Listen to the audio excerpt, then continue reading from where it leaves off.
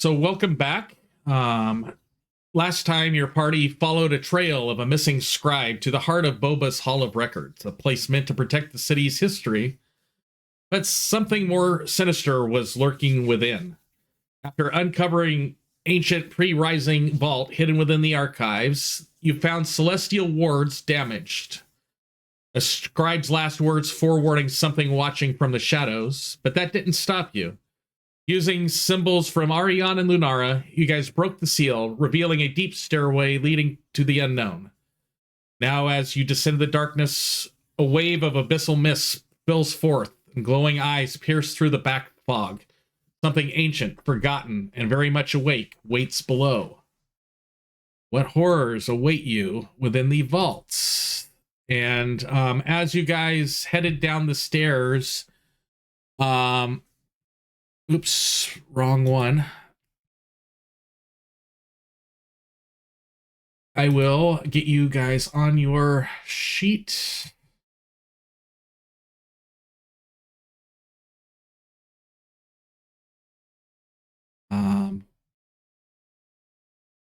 And marching order, I want to make sure I've got it correct.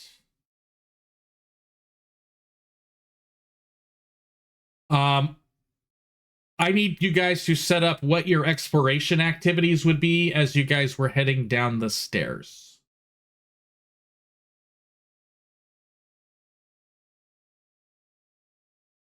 Well, we were confronted with a bunch of black shadowy figures, so... Yeah, so what, but as you guys were walking down the stairs, I want to know what your exploration activities would have been going down the stairs.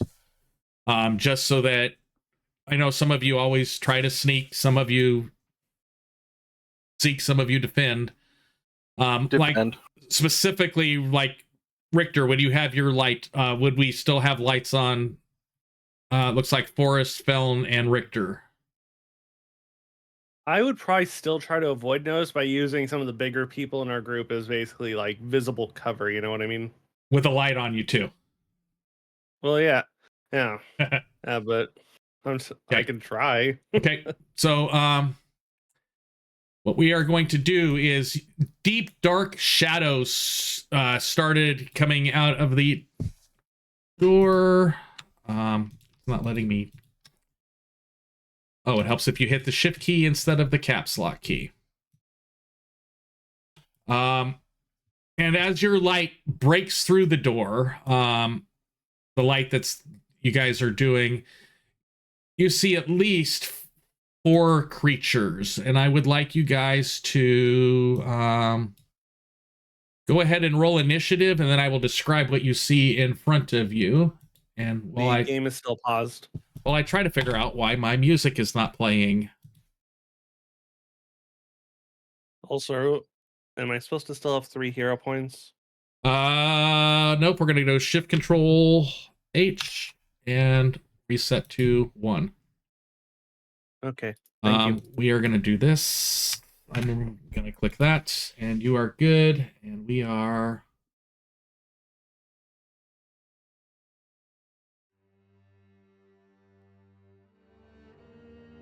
So, go ahead and roll initiative. Are you putting us in combat first for initiative? How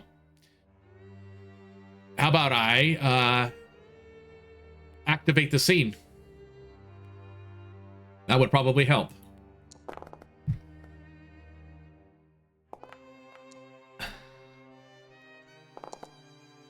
What do you guys see in front of you?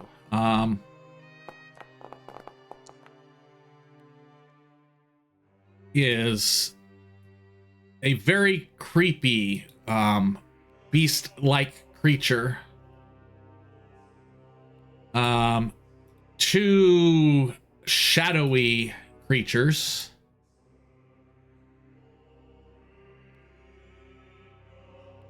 And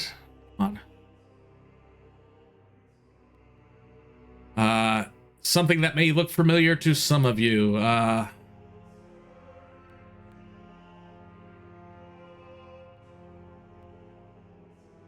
Should look familiar from when you guys went after the blossom.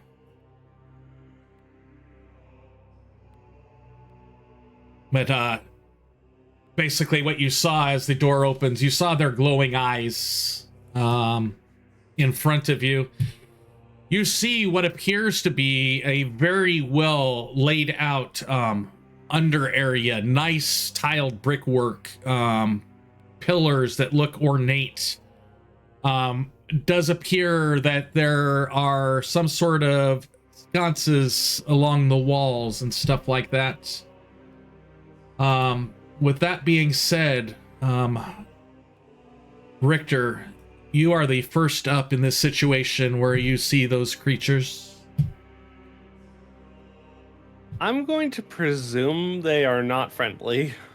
They first off, and then where is that spell?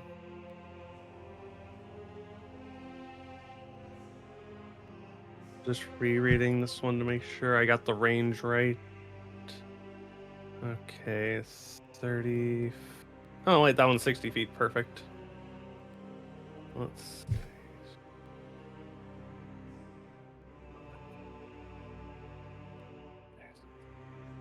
Alrighty, I'll be using my chunk of cold iron that I got with me for this attack. No problem. Just making sure you are reminded, and I'm going to target the closest one and use a needle dart. And then I have to select cold iron and attack roll.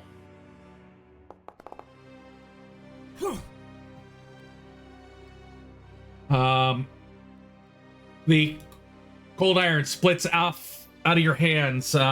You hit it because it is off guard due to your surprise attack. Yay. Go ahead and roll damage. Alrighty. Oh, nice. Kind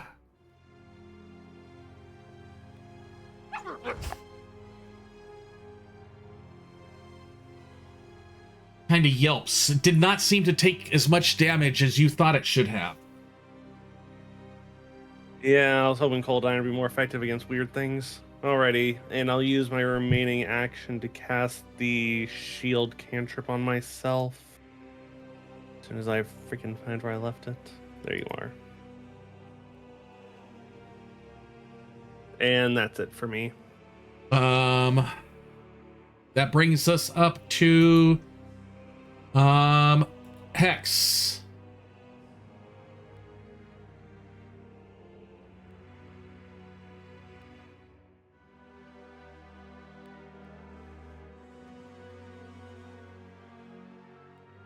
Hex, are you there? Yep, he'll cast Malediction and then raise his shield. Okay. Malediction. I want to...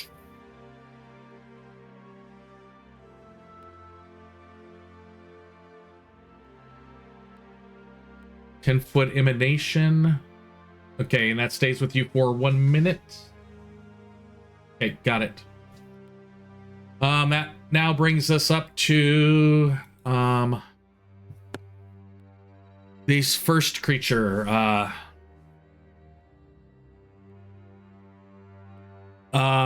With your light coming through there, the three of you that have light, you guys see it move over here. And then the next thing you know, it is, it just like, it totally just moved through the shadow right in front of you there, Hex. And it is, so,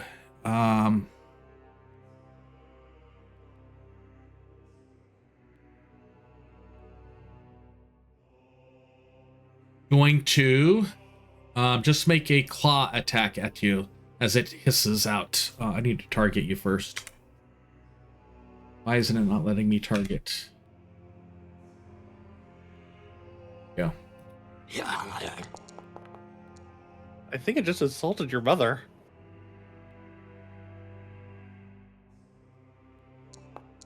Hex, you can use your shield block. So go ahead and click, if you want to, click block and then click damage.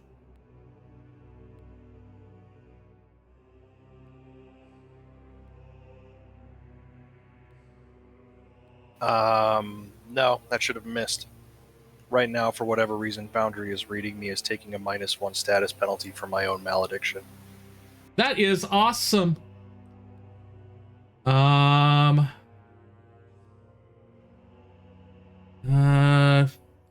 let me look at you. You are supposed to be at a 21, so 22.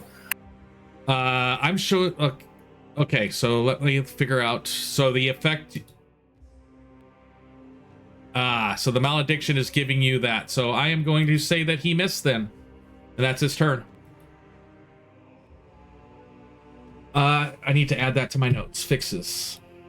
Yeah, that's a weird one. Yep. Malediction. We'll just have to only assign it to enemies instead of the caster as well, because it doesn't produce the aura like it should, which is a bit weird. It should have. I see an aura around you. I have the Marshal's aura. Okay. Yep. So you took the malediction off? Yeah, I did. And it's a 10-foot radius, right? And it is only enemies, so I'm going to drag it onto him. And then we should hopefully, from now on, we'll just do it that way and try to figure out what is up with that. Yeah, it's a weird one. Oh well. Okay, that was its turn. The next one, seeing that he is going to go over there, and he seems to disappear, where you can still hear him, and then nothing after that. Got no clue kind of where it's at. Why? I need to change the setting really quick. Take all the time you need, good person. Yep. For some reason, it's not changing my...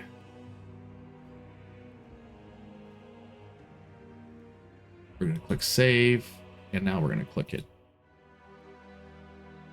Okay, I guess I'm going to be doing everything from character sheets, because my HUD is not working.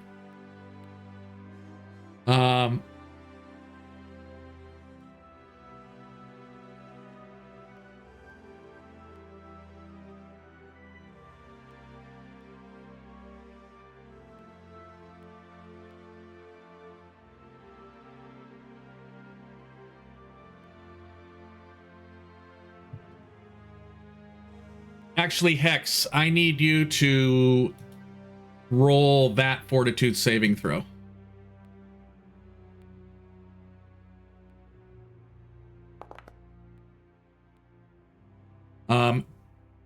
As you, the door opens and you see that hound in front of you, its glowing eyes, cause your internal organs to start to churn and spasm. You are sickened 1.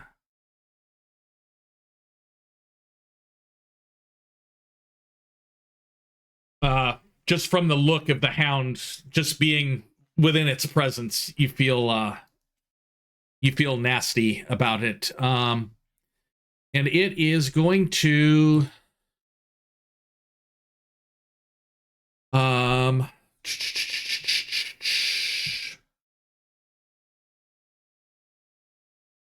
target you, because it's the first thing you saw when it came into the door, and it is going to cast. I'd like you to roll that saving throw.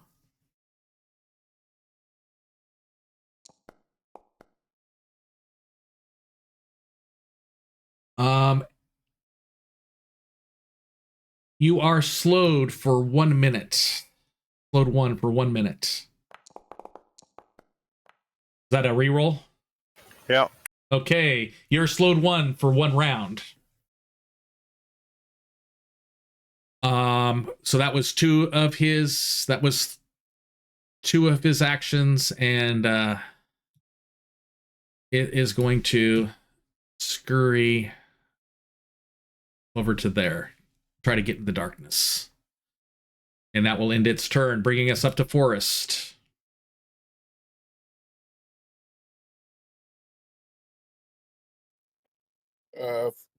Forrest is just going to hit that Shadow Thief right in front of him. Okay.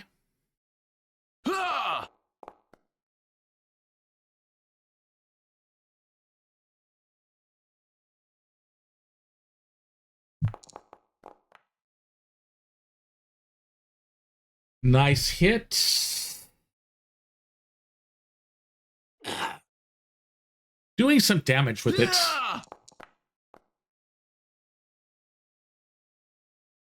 Wow, another nice hit.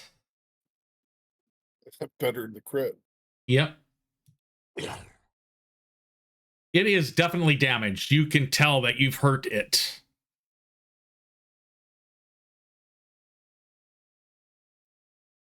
And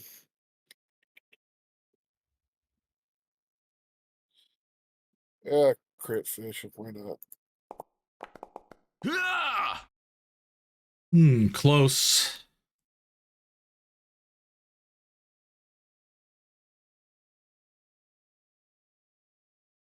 That brings us up to Emberly. I want to target that clown kind of thing and try to recall knowledge to see if I can figure anything else about it. Okay. Do I use the basic action macro one, or I use the other one, right? Use the basic action macro, because the other one seems to be broken for some reason.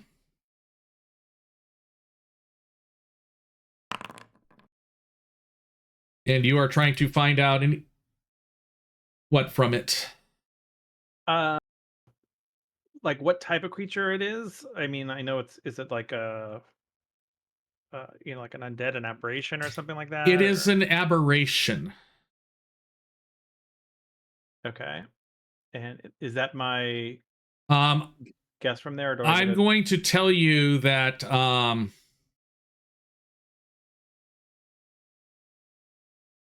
actually it just the sense of looking at it, it's like you're going forward in time and backwards in time and forwards in time. You think it has something to do with time. Okay. But again, I do need, let's go ahead and put this in here. Forrest, I need you to roll that saving throw.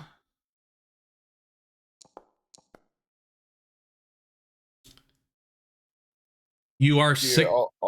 I'll hear a point down. Okay.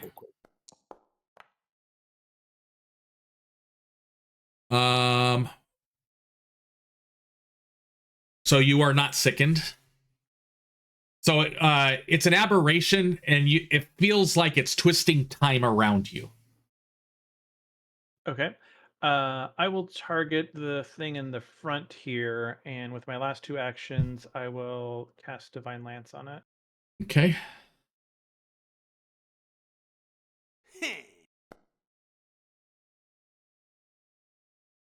And that missed, so that is it for me. So I will pass my turn.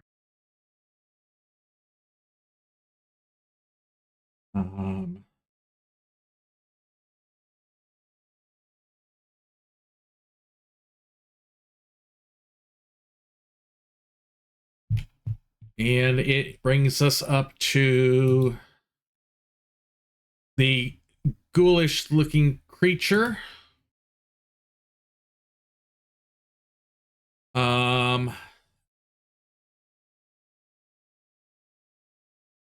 Close. What's that? Right click.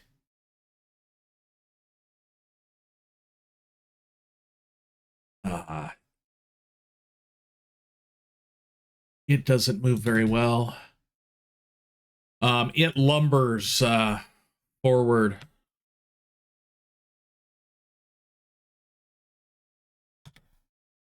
And 2025.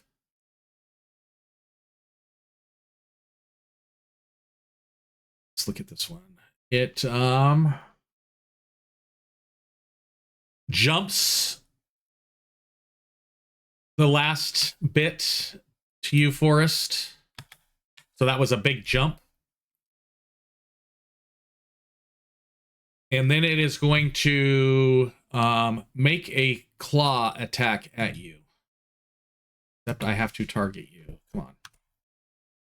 For some reason, my first T is not working today. Go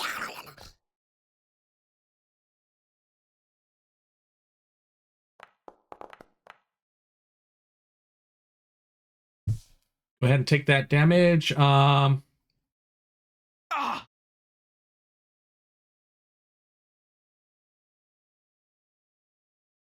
And please roll. Oh, that's me. As it reaches out with its claw, it tries to grab you and fails. Bringing us up to Feln.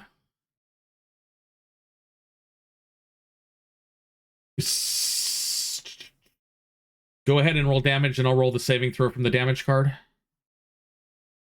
So Felon attacks. Electrical bolts. Leap.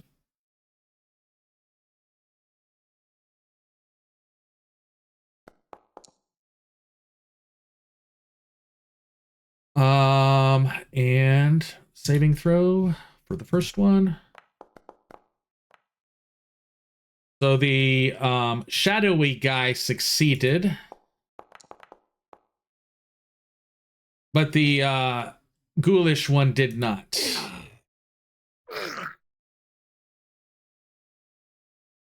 And you raise your shield. Okay. Bringing us up to the top of the order. We're back. Oh, I'm going to need Emberly and Felon to make those saving throw. Let me get the hound back up. It's at the end of every turn you make that saving throw. Let me put it up. Emberly and Felon, if you could click those. Just the middle one. I was never hit. You don't have to be hit. You're within its radius. You want us to use Forrest's fortitude save? You can just click the one in the middle. You don't have to click Forrest's.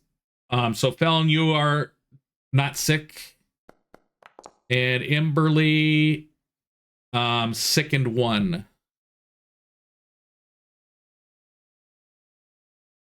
Yeah, it's a radius effect. You guys feel just knots in your stomach.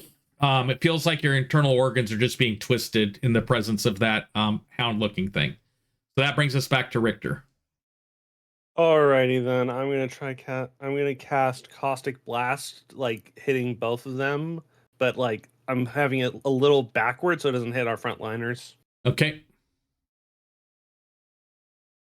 Okay. Make sure to roll damage, and I will. Oh, I can actually place it. Yep. Alrighty, roll damage. It has been rolled. And I will roll their saving throws.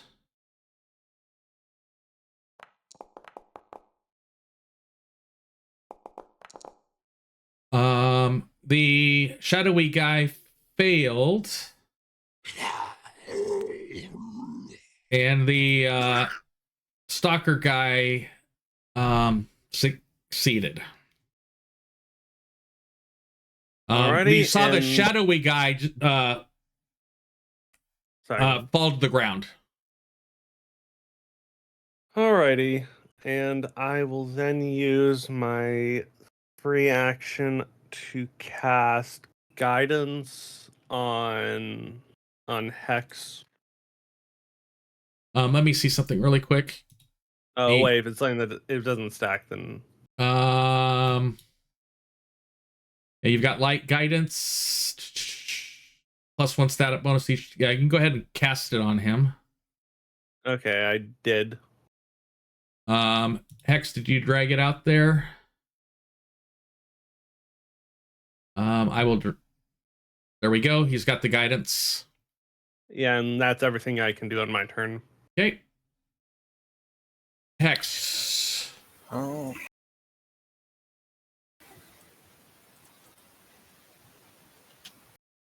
Hex will move, and then he'll sustain his spell, and that will end his turn. So that's going to be a 20-foot burst. Okay. So that now gets, I'm looking at your character. So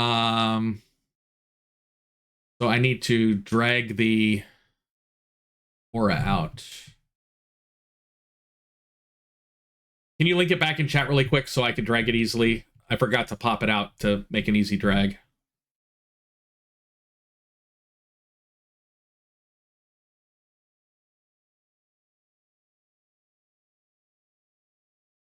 Thank you. That one. And that one.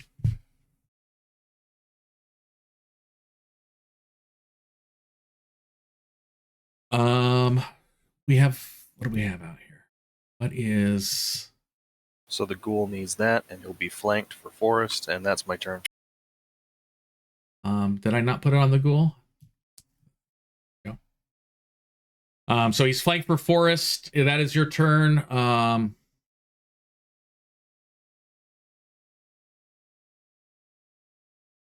to figure out what that blue,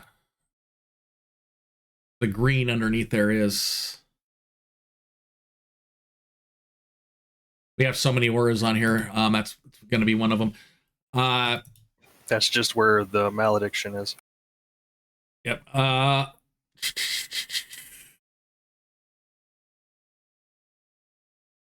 You feel as the light from your... You don't have light on you, do you? Yes, you do have light on you, so that won't work. So we're going to do this, and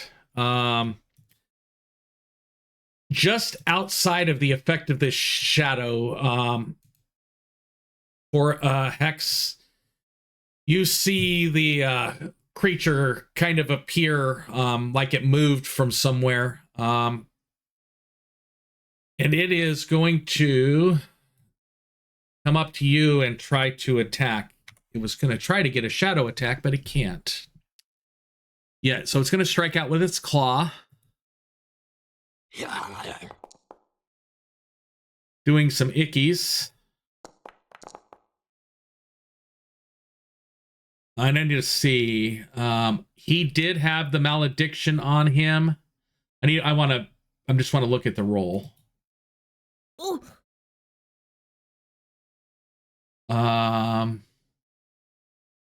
It did not take that into account. Take what? The malediction. That lowers his AC, not his to lower hit. AC, not to hit. Okay. Okay. So he does some damage to you.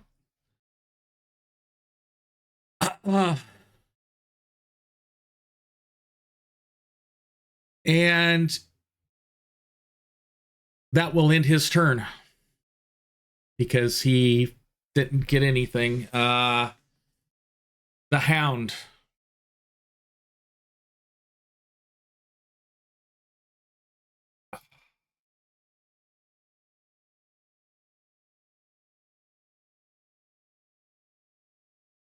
It disappears and it reappears right next to Forrest, Felon, and Emberly.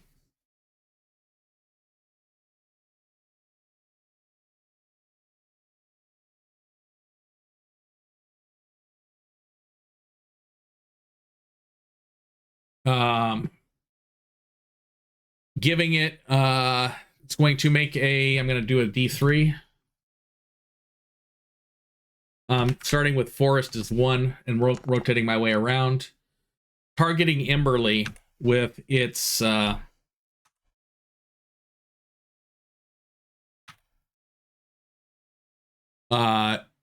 jaws. Missing, and it will now be Forrest, you're up. That dog just blinked towards you. Forrest is gonna start whacking at this ghoul stalker. Okay. Wow.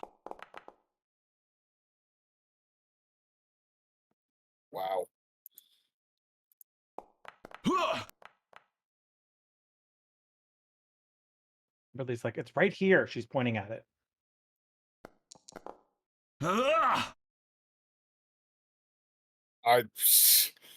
That's my turn.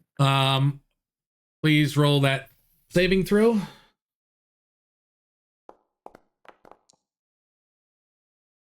You still are not sick. Emberly. That nasty dog thing just feels icky around you. Can I try to retch to get rid of the sickened? Sure.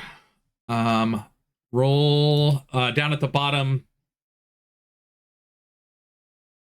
A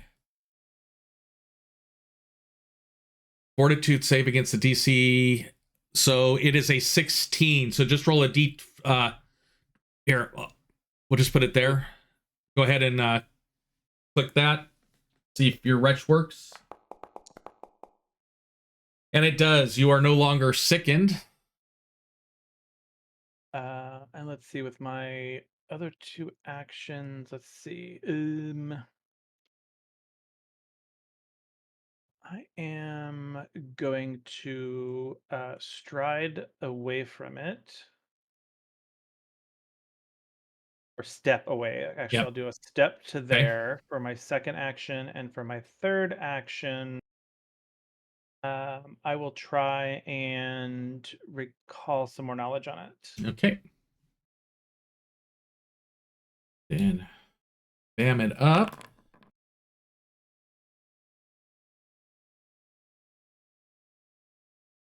Anything in particular you're trying to recall from it? Does it have any weaknesses? It has no weaknesses. Well, that's But with what you rolled, it is immune to being controlled and emotion. Okay, I will share that with others around me, and that is my 3 actions.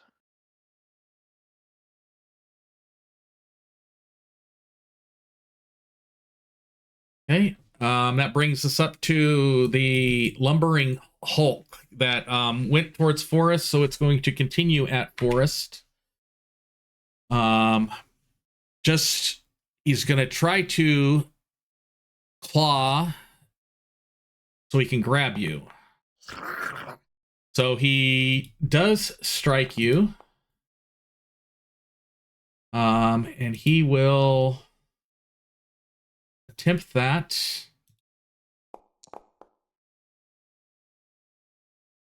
So Forrest, go ahead and take the damage. You are grabbed. And he is going to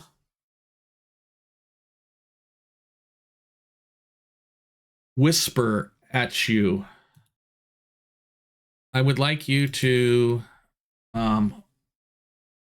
roll that saving throw. Ah, yes, Will. The fighter's highest saving throw.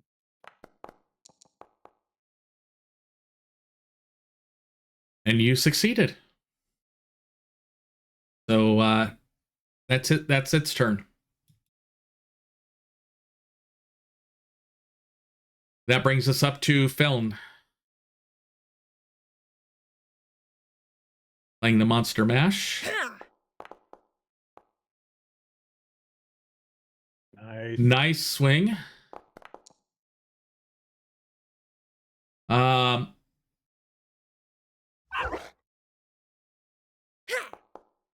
It appears severely hurt. Go ahead. Nice damage. And that beast is down. So I am going to get rid of. He's going to cheer at Feln and say, "Nice job."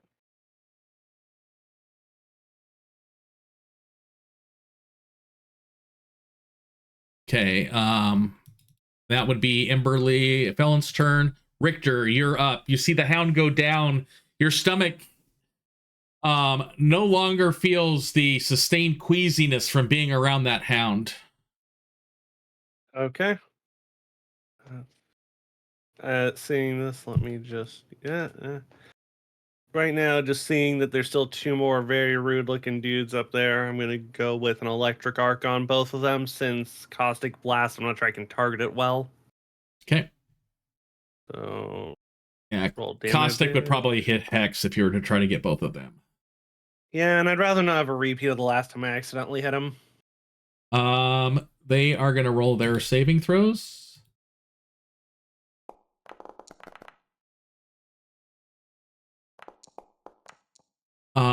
The shadow guy just kind of like disappears as you cast your electric arc. It's just like he's blinking in and out of your vision a little bit. He takes no damage, but the ghoul does. That's so rude of him. And using my action, I'm going to use guidance on Forest this time. Okay. Forrest, go ahead and drag that out.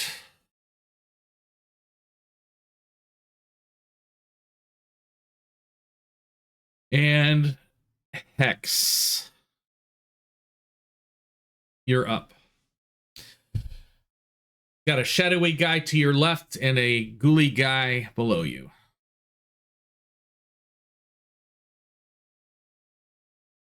He'll sustain to keep his spell up, so that'll increase to 30 feet. Don't have to drag nothing else out. Yay. Yet. And then, I guess, defenses for nerds today.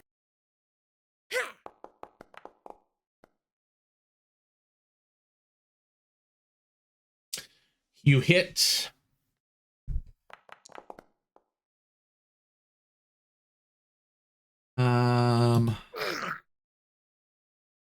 It seems to be going down.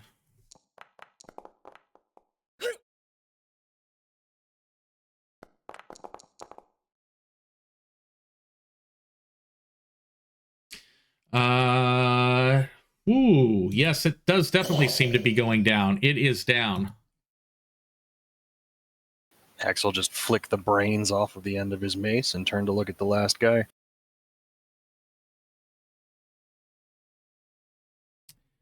As you turn to look at him, he does the same at you. He is going to try to come on. Oh, I did have him selected. He reaches out with his claw. Yeah. Striking you.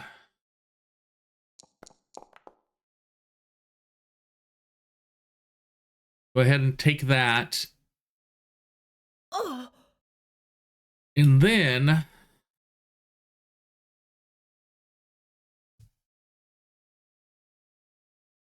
you feel it as it reaches out with its claw, touches you. You feel like it's crawling within you. Please roll that saving throw.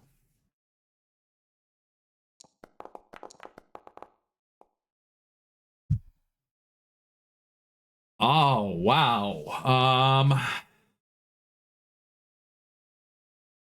And with that, nobody can see the creature.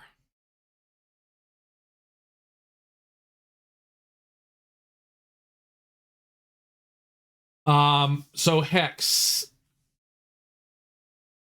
it is merged within you.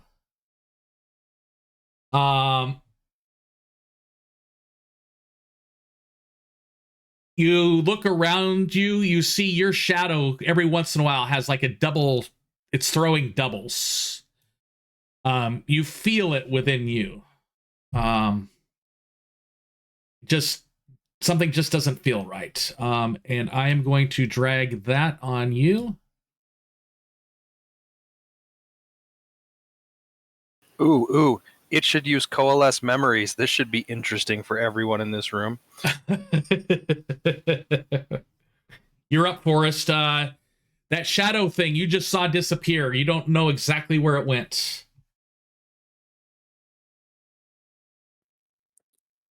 Forrest is going to start checking around different corners.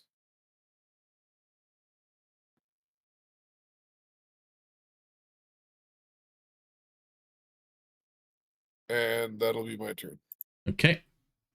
Hey, am I done being grappled and such? Oh yeah, let me you are no longer grabbed. Which means from the grappled. Where's the grappled? There we go. There. They got rid of all of that. Cool, thank you. Emberly. Can I try and recall knowledge to figure out what this merge thing is and if there's a way to counteract it? Go ahead and roll a basic action macro.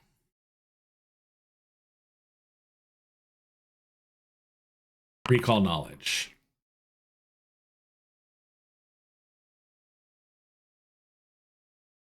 Specific. And it's tough. You haven't seen anything like this before, and I don't think you've heard anything like this before. Just I would like you to let's see, occultism or perception. Let's see what you rolled. Untarget everybody, and then just use the basic action macro recall knowledge again, and I'll see what you can get out of that. No, you can't figure out what's going on with the shadow, with that thing. You saw it reach out, touch Hex, and their shadows merged, then the creature disappeared. Okay. Seeing that Hex is injured, I will use my second action to stride up next to him. My third action, I will battle medicine because I don't think that kind of healing should cause you a problem.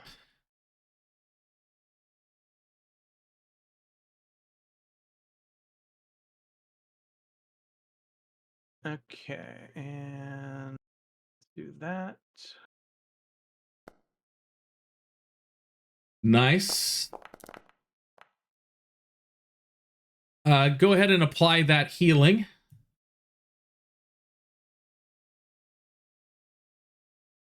Can you drag the battle medicine immunity onto him? I can't, or you drag it yourself, Heck.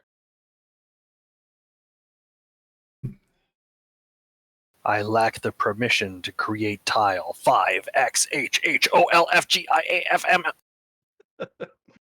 Did it? Okay, that is my 3 actions. Okay. There, I got it, because I'm amazing. There you go. That brings us up to Feln. You're up.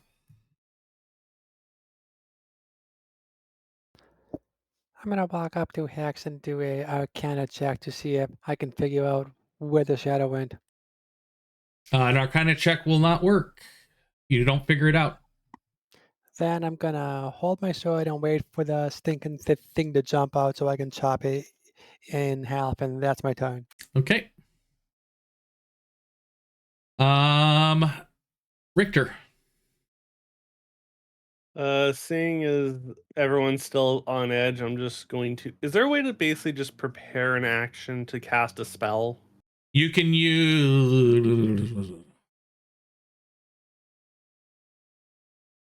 You can use 2 actions to hold something, or you can delay your turn. I will...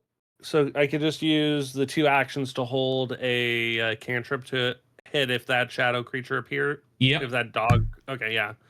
So that's what I'm going to do. I'm basically just going to prepare a needle dart. Okay. And then if I still have 1 free action, I'll give guidance to Hex. Isn't he immune from the first time you gave it to him? Oh, I thought you have to use it. Let's see before. If the target uses the bonus, the effect ends. He did. Oh wait. Either way, the target's immune. Never mind. I'm stupid.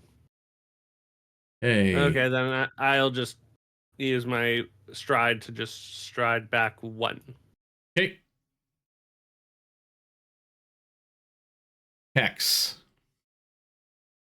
Hex will just take a look at his shadow and shrug as if he can't be bothered, and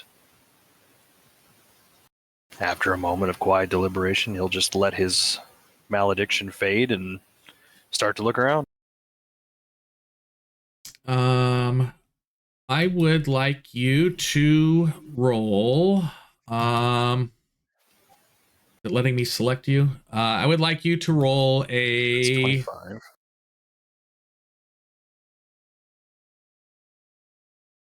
sense motive and make it a secret roll. Ooh.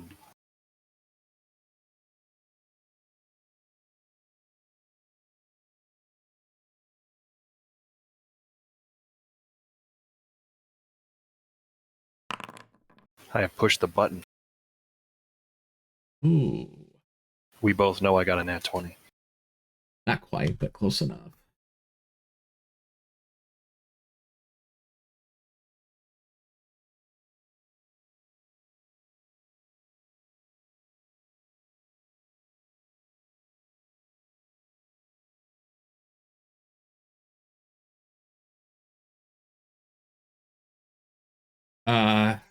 In your mind,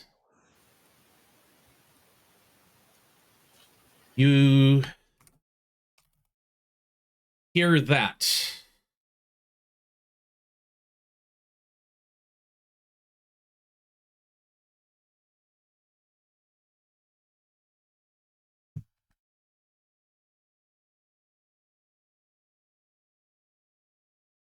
Which Yeah, he'll just kind of shrug and move on. did I just delete your token off? God, I hope so. No, No, I moved. Oh, you moved. Oh, you moved. Okay, I was gonna say, wait a second. I didn't mean to take anybody off the screen. I thought I deleted your token accidentally. I've done that before where I've had somebody selected. So Hex, you make it through that door. You see a pristine shelf full of books. Hex will just give a sharp whistle and he'll go, "Felon!"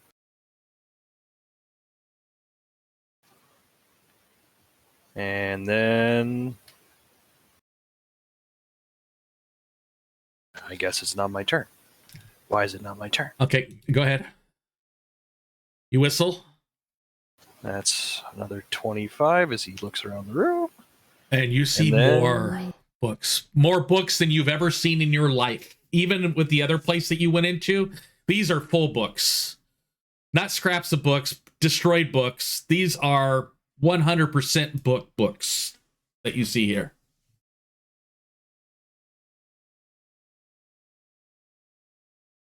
Yeah, he'll just cast message to Felon and go, I found a mountain of pristine books. Should be everything you ever wanted. Come pick your favorites. And with that, we are going to end the encounter. Because for some reason, you guys can't figure out what's up with... doesn't seem to be anything attacking you right now. Not gonna complain. So Hex, you see tons of books. You guys are seeing so Forrest used an elixir. I can try to treat wounds on Forrest if you'd like. For 10 minutes. Please. All right, let me try that. What you guys see here are 2 rooms. One room has 4 packed bookcases. The other room has a couple of desks in it. So Hex is in the bookcase room. Richter is in the other room. Oh, another wonderful heal. Good job, Emberly. You're doing wonderful on those heals. Something I noticed it's not doing though, it is not doing the slashing damage. That's the total 4 to 8, not doing the 1 to 8 minus. Huh. We're not complaining. Yeah. So, but it still would have the damage, and then would have. So let me add that in here. So risky. I mean, if you want in the short term, I can just do 1 to 8. We'll just subtract that from the total healing. Well, actually, you want to do the subtraction first and then do the heal. Yeah, that's how it should work. Is like you. Yeah, because but with that 30, there was no way that they wouldn't have been full health. Okay, next time I'll slash first, then heal afterwards. Yep.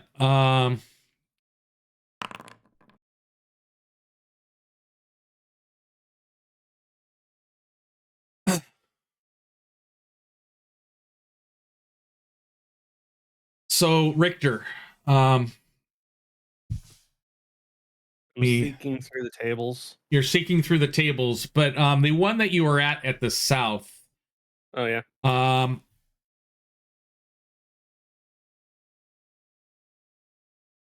We see images. Ooh, pretty pictures. Yeah, I need to find the right image though. Take your time. These papers are very papery. I can't figure out where that image is, but what you see kind of behind that table is the unconscious body of what you believe is the missing scribe. I'm just gonna like shout out, Emberly, I found an unconscious dude. Think he's the guy we're looking for. On my way. I don't know if are we doing things in timed events, or can I? You guys can do stuff together. Yeah. So she'll come to Richter's call to examine He's the behind unconscious. the table. Can I do like a medicine check to see? I mean, is he just sleeping, or is he like actually injured or something? Yes. Go ahead and do a medicine check on him. Right. You want that public or hidden? It can be public.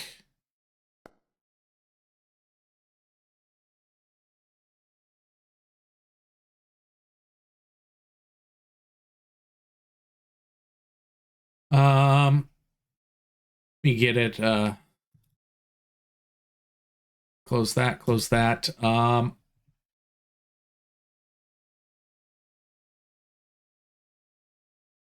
It appears to have, it does not appear to have taken any physical damage.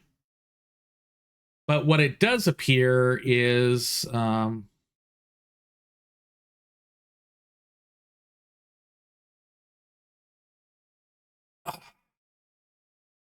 I'll say it does not appear to have taken any physical damage. It does appear like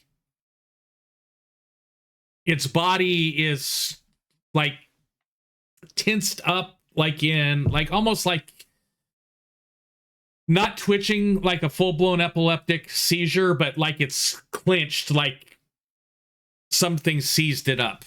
It appears to be at full health. It is it's breathing normally. But something caused it to cease, and you don't know what.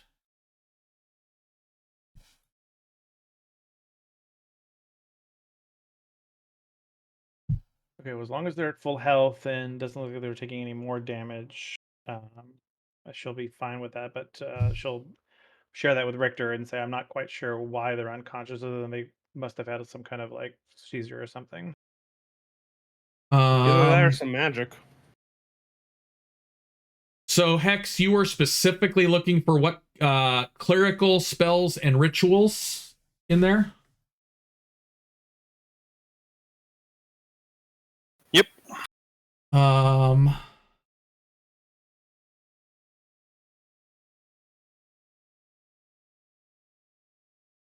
Nothing in that nature, just a brief scan. You find 3 major categories of books in there.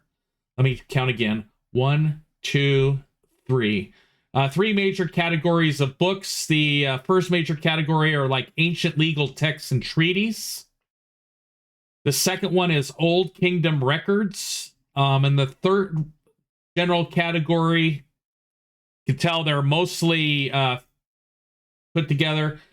They appear to be books on pre-rising magical research. When he finds the last, he'll shout to Fallon. He'll go, "Get over here!"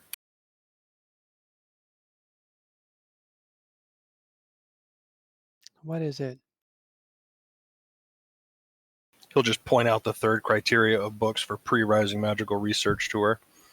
And then he'll spread his hands like he's presenting her a turkey dinner on a silver platter and go, "Ta-da!"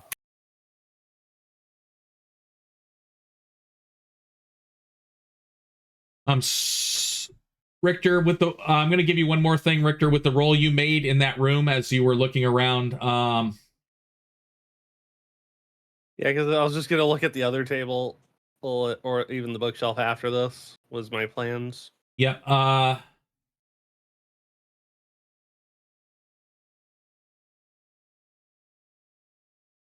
On the table that you're there, kind of like engraved with a penknife, in the wood, you see the following words. To remember is to invite ruin. To speak is to bring death. Some truths are meant to be buried.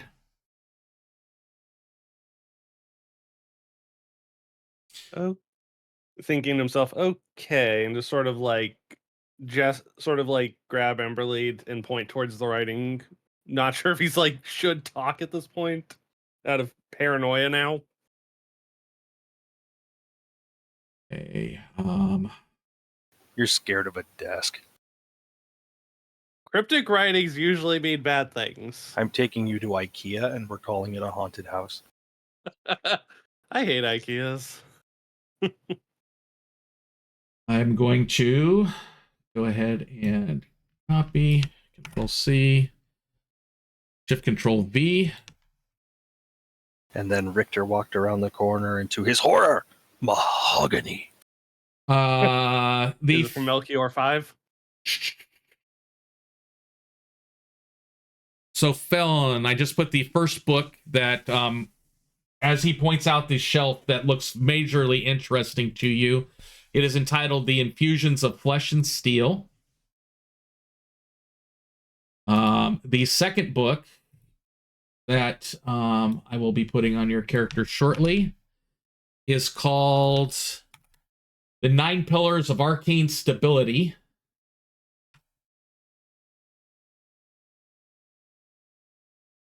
And Shift Control V, click Save, click Close. And it's on you, so you can read information about it. And the third one that seems very interesting to you, we're going to duplicate.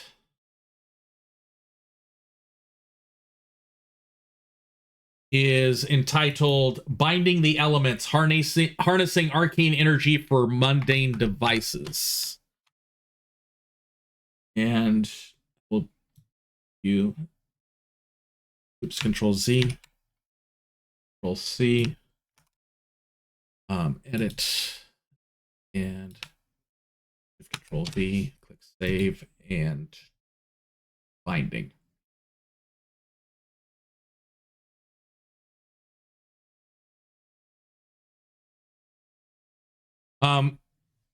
Richter, you had mentioned moving the body. Yeah, I asked Amberly like if we should move it. Amberly, what would you think is the medic? Seeing that she's not like physically harmed, then she will first try to see if she can like awaken them at all. I I would like you to roll a treat wounds. This is not necessarily to heal her. It's to see if by you manipulating, you would be able to bring her. Okay.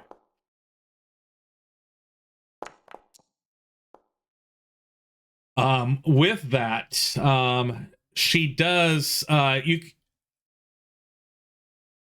it's more like you're doing, some sort of esoteric type, thing. You can actually feel something wrong with her. It's almost like she's out of sync with, time or space. But as you call forth your divine energies, it seems like things align, and you can see her start to visually relax. And then after a couple minutes, she actually returns to consciousness.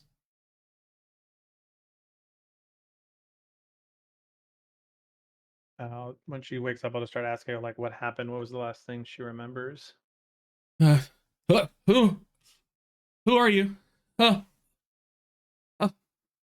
Oh, I came down to read more books, and it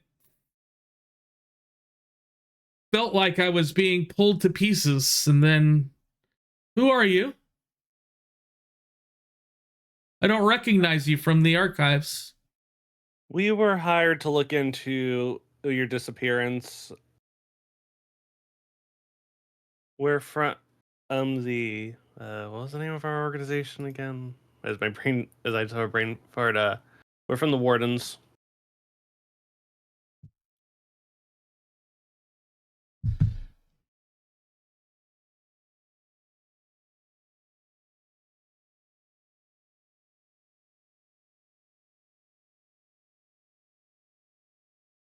The oh, well, thank you. How did you figure out how to get down here? I thought I was the only one that knew. Bit of luck, some guesswork. Hurricane running across town to call in a favor. As I hold out like the symbol to the goddess from last time, the moon goddess. This for the holy symbol for Lunara. Ah, I see you figured the secret. So much knowledge down here. It's I've been trying to clean up all of the rooms. I've only got these first couple totally complete. Some of the other rooms are still in disarray. What can you tell us about the creatures that were down here? Or are down here, possibly? Only thing I know down here is the warden. The who? The warden. The protector of the archives. We did not encounter one of those. We encountered an undead, what I think to be an undead creature, and some aberrations. I didn't see what attacked me, but maybe that's why I was down. Just like I started to feel sick, and then felt like I was being ripped to shreds, not physically, but it's hard to describe the feeling. Is this similar to the feeling that we felt when we were looking at that creature? The way she describes it would be yes. So Emberly will like, yeah, one of the creatures that we encountered down here made us feel similar to that. I'm assuming that's what caused you to fall unconscious. So Hex, if you're going to do that, I would like you to roll Force open. While it's going on, can I just roll a deception check using lie to me to see if this person is fibbing at all? Sure. You want to do? You're looking for insight. Oh That's yeah. No, I have the feat lie to me, which lets me use deception instead of Ah. perception. Lovely. So target her and then use the lie to me. Your deception. Righty. Yeah, let me just grab deception skill from the list of basic actions if it's there. Oh wait, no, it'd be in the skill thingy. Come on, roll it. I already get a roll.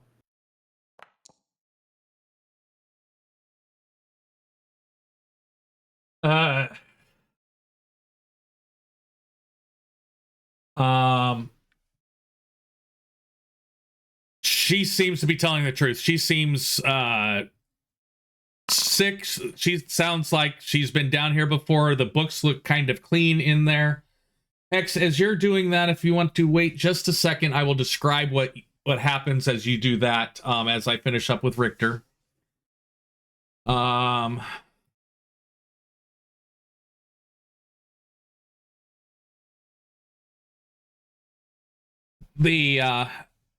She does seem to be telling the truth.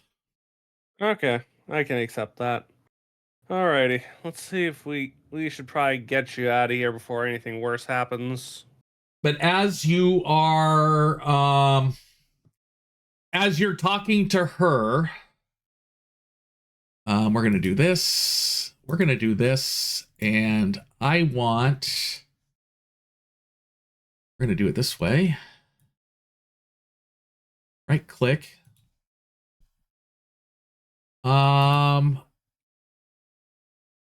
Oops. Shift. Right click. I would like you guys to roll initiative, which we may or may not use. It all depends.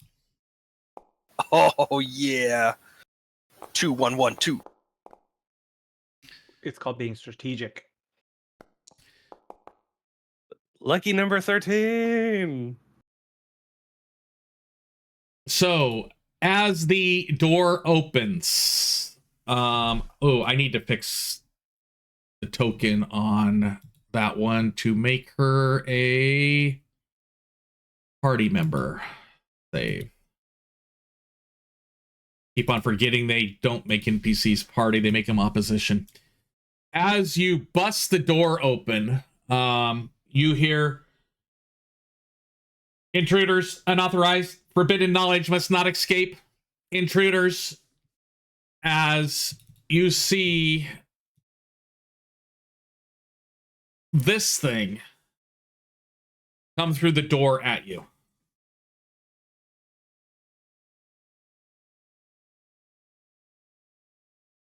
Well then.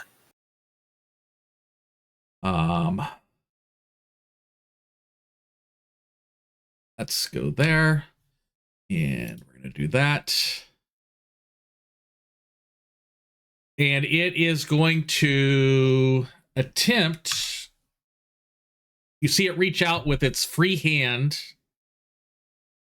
And just push out at you with its fist. Missing you because part of the door is in the way. And you see the big, huge ballista looking crossbow thing cycle and automatically load around.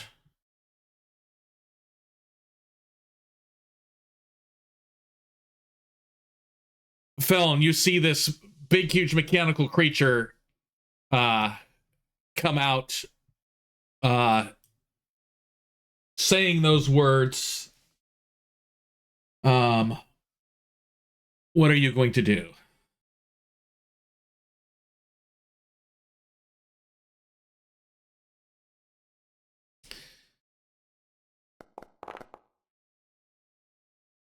And it will roll its saving throw.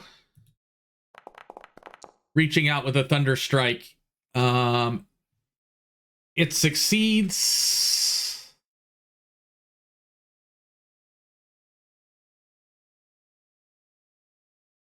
I want to make sure, would it still have succeeded? Yes. It doesn't take into account that it was metal. It still would have succeeded with the circumstance bonus. So it's going to take half damage, and it is going to be clumsy because it is metal. Good use of Thunder Strike.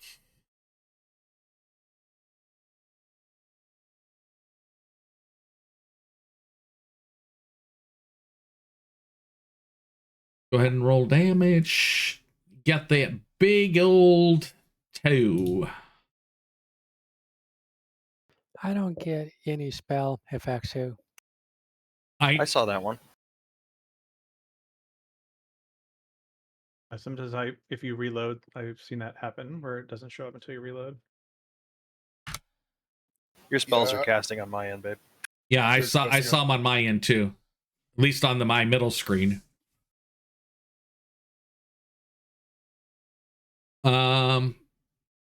And that would be your turn. Emberly and Richter, when you guys heard the words, because it was loud and booming, the dwarf on the ground goes, "No, no, don't!" And she stands up.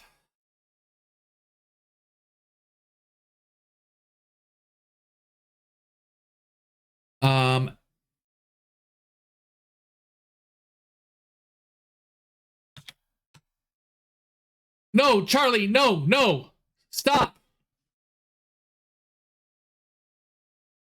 That's her turn.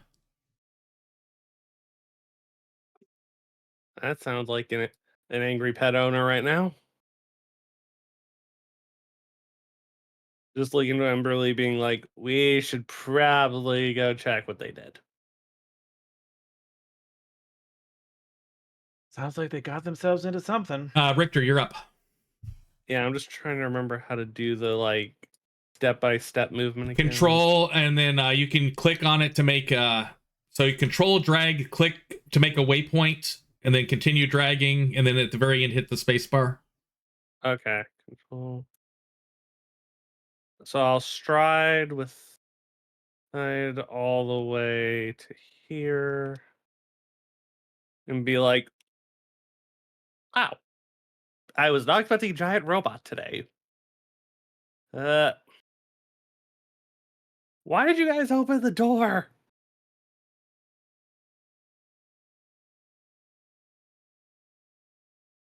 And I'm not going to attack because the person we just helped is like, don't. At least that's how I'm interpreting it. Okay. So that'll be my turn, really. And that brings us to Emberly. Okay, she'll go out to see what is going on.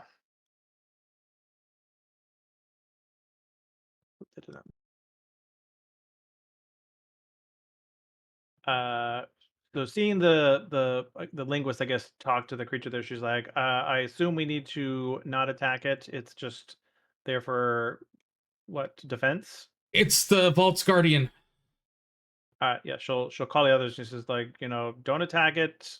I think we're not supposed to be in that area. And just out of interest, I'll recall some knowledge on it to see if I can learn about it a little bit more. Okay.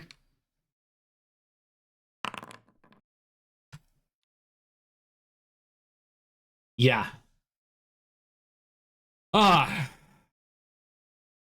It is a clockwork construct.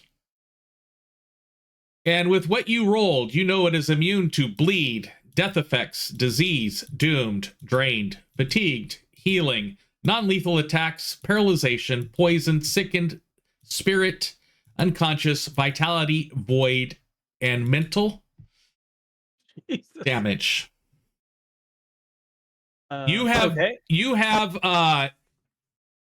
in somewhere in your clerical readings, there was a book about clockwork constructs that you just happen to remember. Oh my, yeah, these things are immune to a bunch of stuff. But as Felon already found out, they're weak to electricity. But it is a construct. All right. I have one more action left. Since I'm not going to attack, we'll just do, I guess, one more recall knowledge. Okay.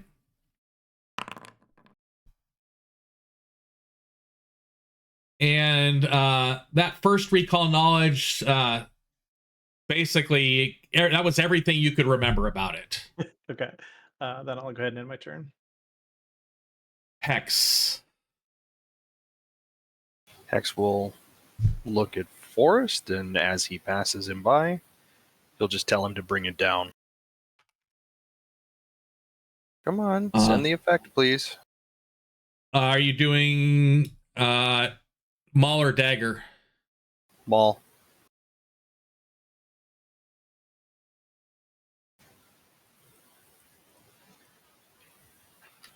And then he'll move around so that Forrest doesn't have to move, and that'll end his turn.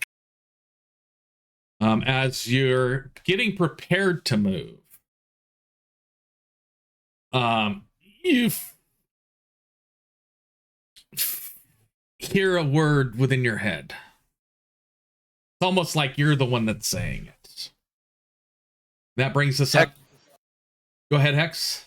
Hex will disregard any and all mental prodding from any and all sources. Okay, fine.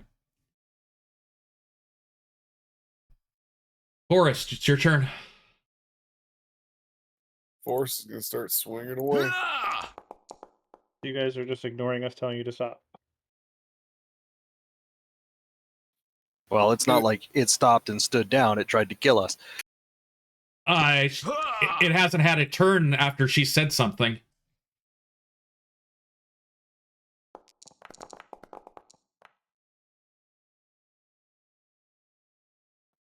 It will take the damage.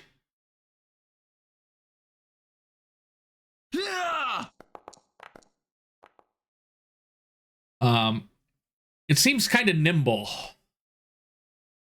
for that.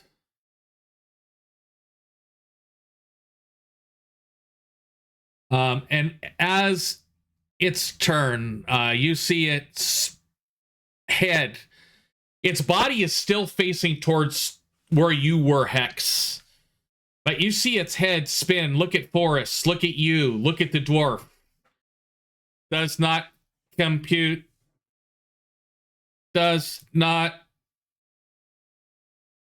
And you see it kind of it looks like it's going to spin and swat at Forrest, but its head and body are now out of condition because its face is looking directly at the dwarf, but it knows where Forrest is. And that is what it's going to do for its turn.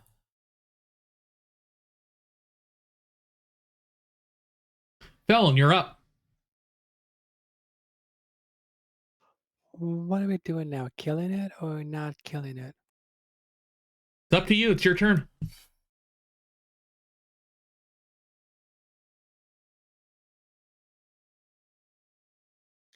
I'll just hold my tongue waiting for some kind of hostile reaction. Okay, are you going to you're going to delay your turn, or are you going to hold a specific action? I'm going to hold electric arc. Okay.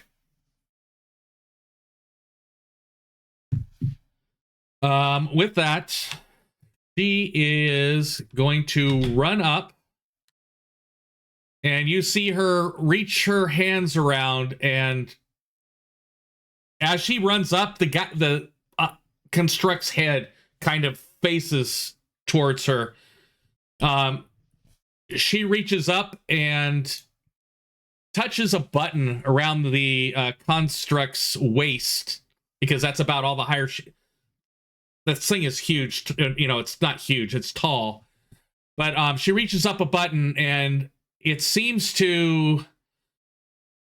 the whirring inside of it seems to slow down, and she goes, "Stand down. They're with me." And it goes, "Stand down. Protect books. Protect you." Okay. And that's her turn.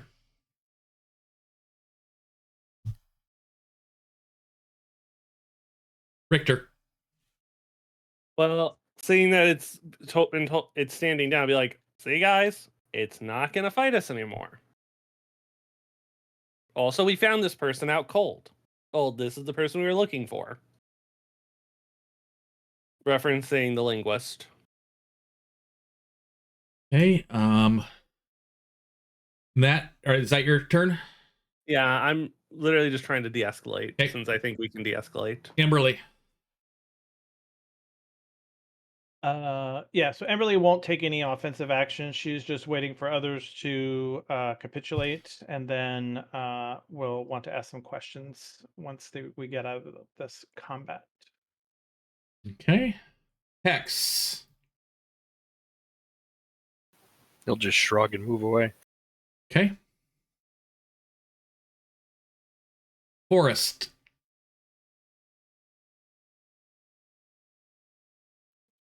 Forrest is just gonna hold his hammer and just like wait to see if this thing gets aggressive again. Just stare it down. And as you're watching it, it goes step, step, and then you see it's kind of not sit down, but it squats down, and then the whirring stops.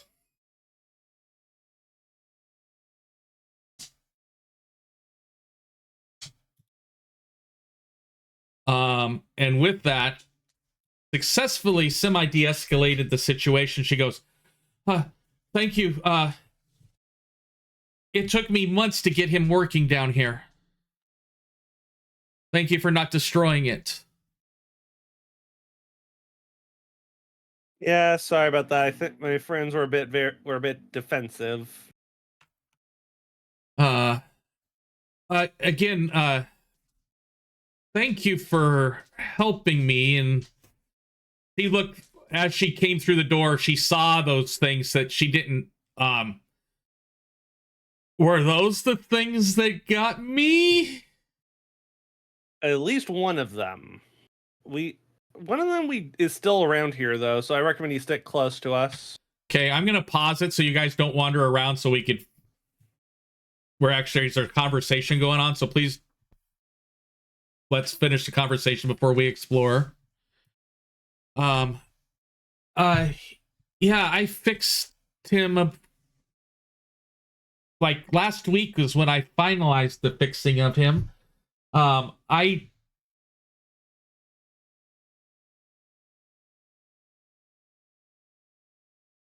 Who realized I was missing, and how long have I been missing?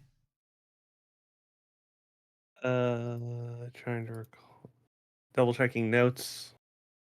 Well, basically, the what was it? The governor was telling us that there were some kind of disturbances at the Hall of Records, and so we came here and we spoke to the archivist, and had mentioned that there was like these sounds and stuff that were coming from different parts, and as we investigated and found our way to the door and was able to get past it, that was sort of the source of where those sounds were coming from. Is there any way we can tell, like, did the archivist tell us when this person disappeared? Yeah, How she's long been they've gone for at least a couple days. So probably the next morning. So it's about 7:30 at night right now. It would have been 2 days ago.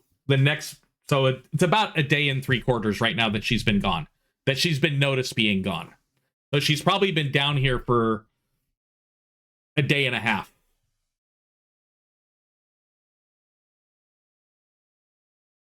I'd like to offer them some water, since if they've been down here a day and a half as possible, how long they've been unconscious they might be a little dehydrated. Okay. Yeah. Thank you. My stomach still feels a little queasy. Yeah, just drink slow.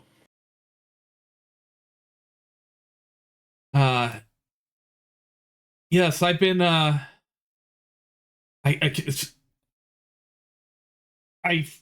found this place by accident, and it's just been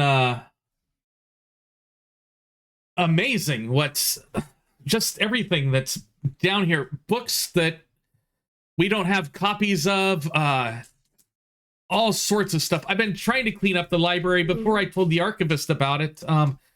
I'm only about halfway through. You promise you guys aren't going to attack? I need to show you something. As long as you're not about to show some sort of calamity world-ending thing, I think we should be fine, I hope. When I say that, I mean like some sort of device that's going to immediately possibly kill us all. Oh, no, it won't, just, oh,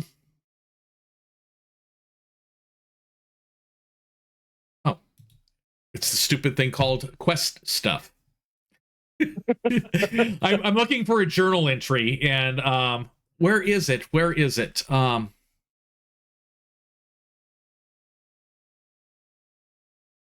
She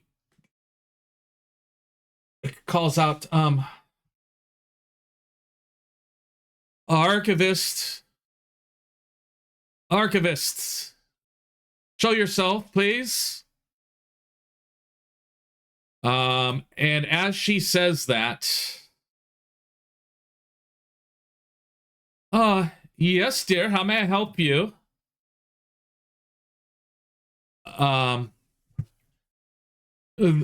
These individuals saved me, from some creatures. Tell them what you told me. And he goes, I was sealed down here during the Rising to protect this knowledge in case it was needed again. And looks at the dwarf. This area was supposed to be sealed in eternity. But now, 1, 2, 3, 6 of you seem to have made your way down here. Can you explain why the seals would have been broken? Any of you?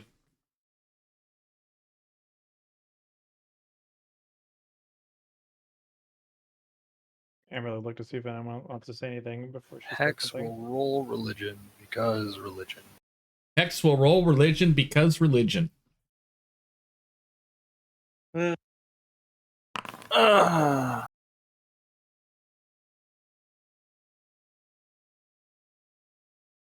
Hex will think, hey, we just heard word a few days ago about the boundary possibly failing. Maybe the two are linked together. And that's what he will tell her. The ghostly eminence that appeared before you goes, that means the seals are weakening. This was not supposed to happen. The agreement was supposed to have prevented this. What agreement are you referring to?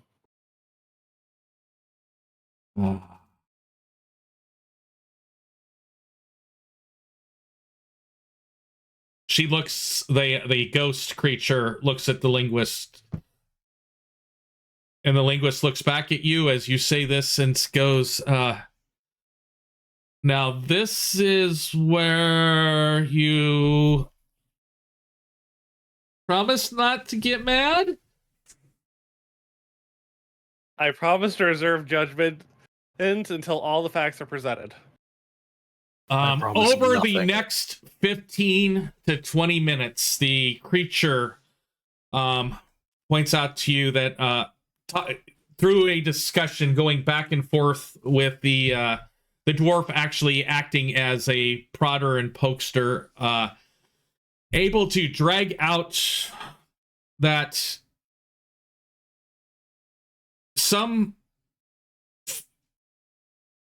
there were some factions within the Outcast Isles that felt that the war against the demons during the Rising was going awry.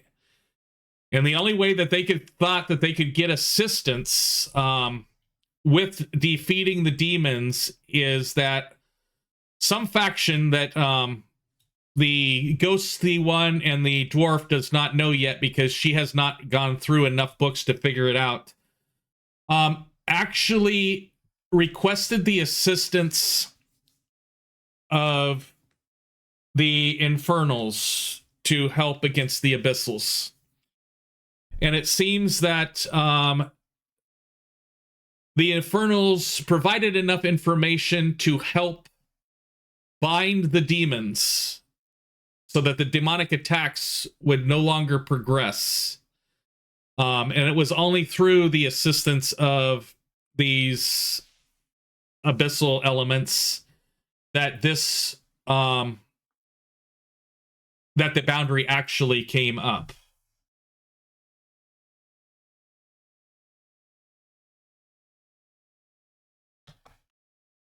Okay, was not expecting to learn that today.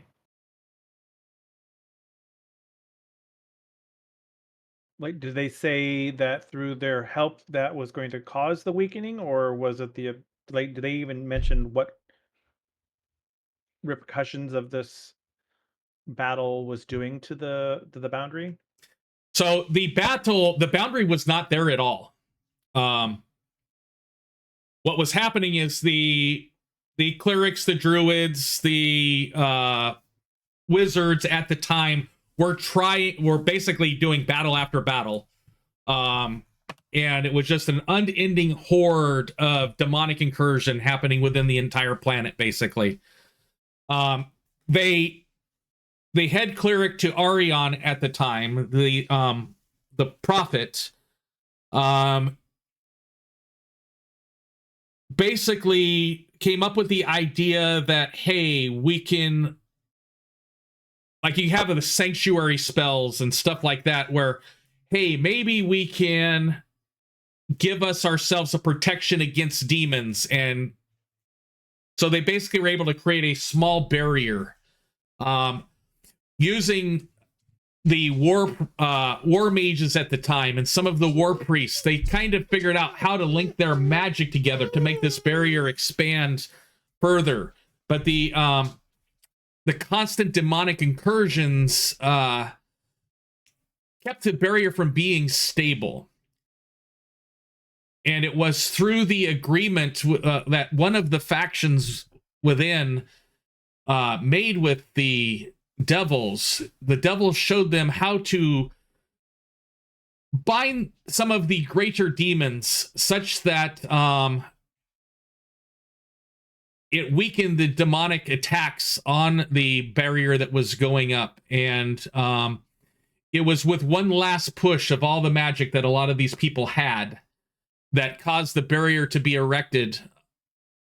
And the guy goes, and that's when that barrier went up, that's when this archive was sealed. I was put here as the last watcher, and I've been in this state for I don't understand the passage of time. Sometimes it seems to go fast and sometimes it seems to go slower. That's the gist of the information that from the initial talking to in the first 30 minutes or so you guys are able to gather from this entity.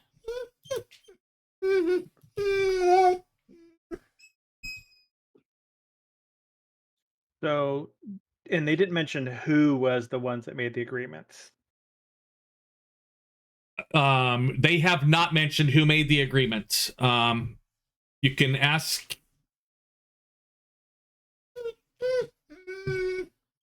You're gonna ask one or both. Yeah, I'd be interested, like, who made the agreements, and then there obviously, when you're dealing with devils, there was a price to pay for their help. What was that price?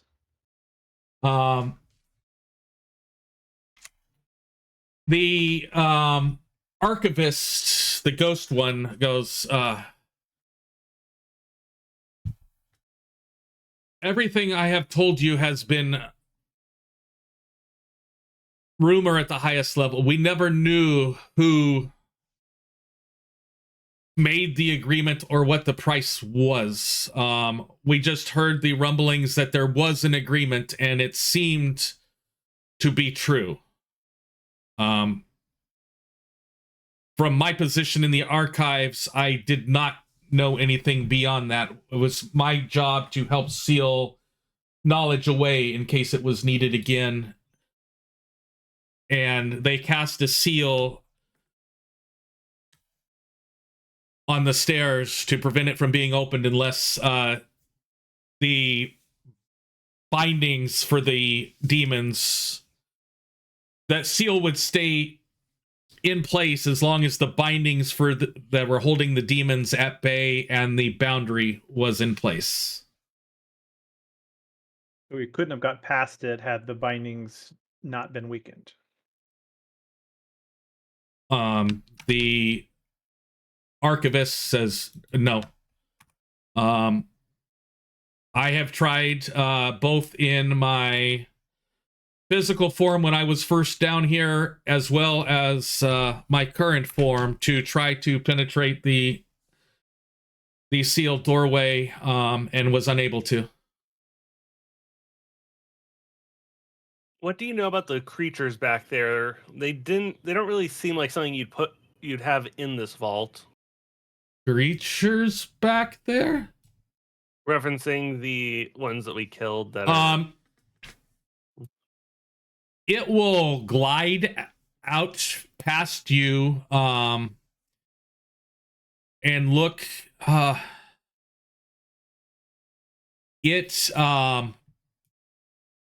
if a ghost /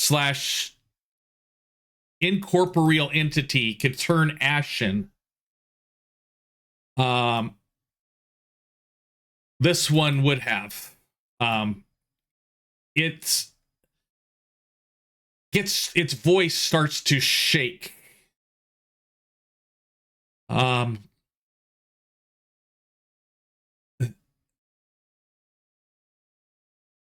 These are those that bend time and space. They're an ancient evil, even before the demons attacked this planet. They have the capabilities of bending time around them and space around them. He seems freaked. He goes back to the room that you guys are in, and the other archives, no knowledge here. This is dire. And it starts, the incorporealness becomes even more incorporeal as it starts to fade in and out.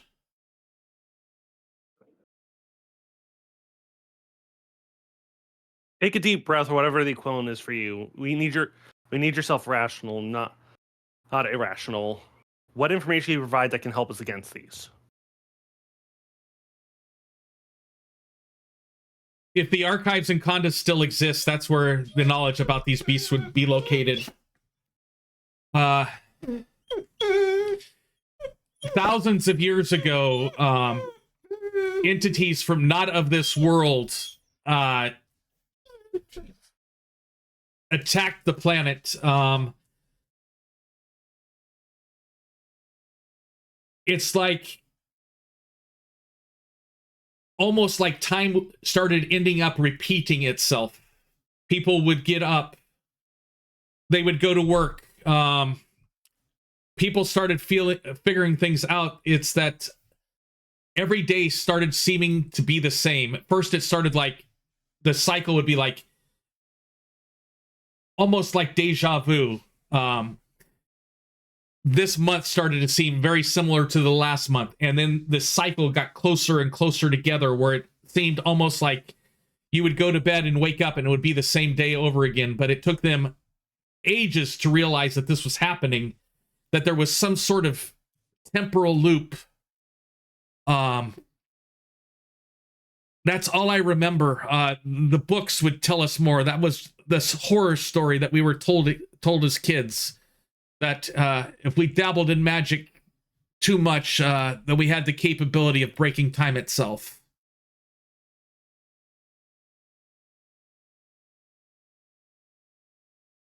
Alrighty. You allowed a cautionary tale to let weakness seep through your magic, and now you're surprised your seals are failing.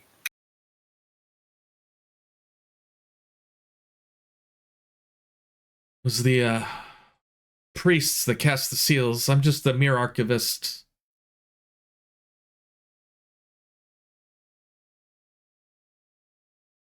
I should dabble in necromancy so I can chastise them appropriately.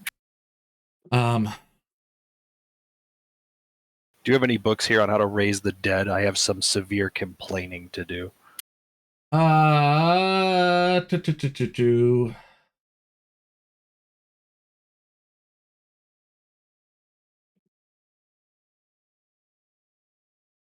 Not on raising the dead here, no. Most of the stuff that's in here, there is the magical ones that Feln found. That, you know, that you pointed out to Feln. Most of the stuff is the covenant of this, the accord of that, the compact of this. The last year's of Khanda, like a history book of Khanda. I'm going to Type go out of on a stuff. limb here and say that Hex is familiar enough with advanced contracts and certain things that he would probably know what titles to look for this Yes. specific information. And he'll just start to peruse. Okay. As you're starting to peruse, go ahead and you can walk around in the other rooms. I will describe what you see in here. These bookcases are put together quite well. The ones that are in this room. If you go to the left and the right, the left-hand room still has some books on the floor. And if asked, the dwarf will say that that's where this is the room that she was continuing to work on in order to get the books in order, that she wanted to get everything in order before she gave news to the lead archivist.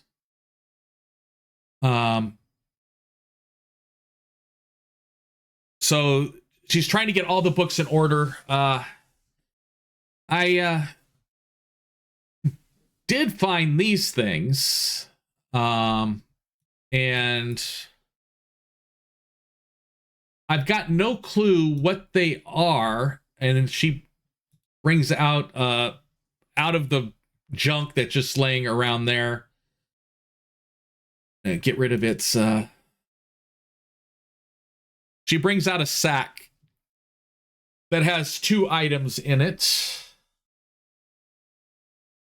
One appears to be a pair of gauntlets. The other one, it's a cross between a key and some sort of statue type thing.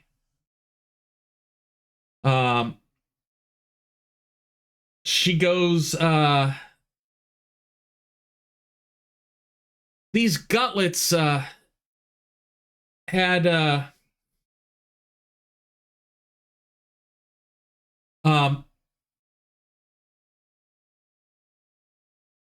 were with Charlie, which is the clockwork warden that's been sitting there calmly down. It was in Charlie's area when I first got here. And but if you were to identify them, they allow the wearer to slow down time for a brief moment once per day. And the other item is a key that I have no clue where it goes to, but it must be somewhere.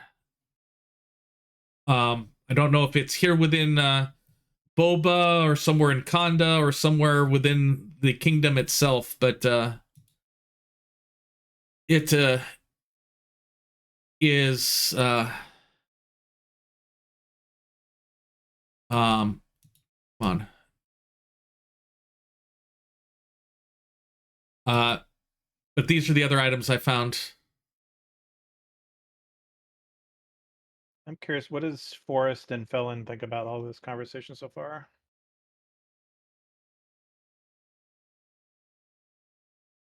Felon's kind of trying to make sense of any of it.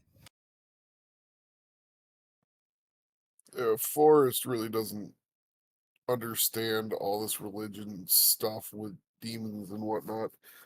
He's just in it for the money, so he's just kind of standing by and waiting for an opportunity to gain some cash, really. Would it be all right for us to hold on to these items? Oh, yeah, you can have these. They're just, I don't know, just junk I found around here that I thought they would help me when I was fixing Charlie, but they didn't. Thank you. I'm okay. I'm gonna take the key and like put it in the group at loot if I can. They are the gauntlets of overwhelming violence. And just a second, Google Drive.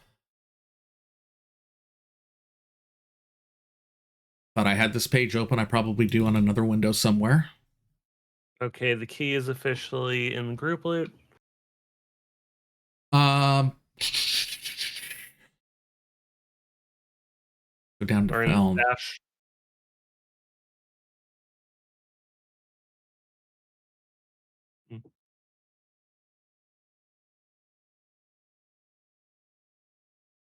Alan, you're good at understanding magical items.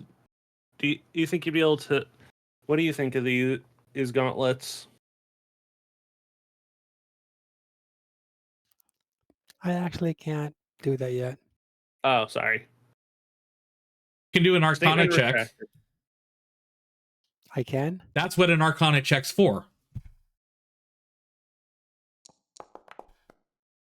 Arcana the shit out of it.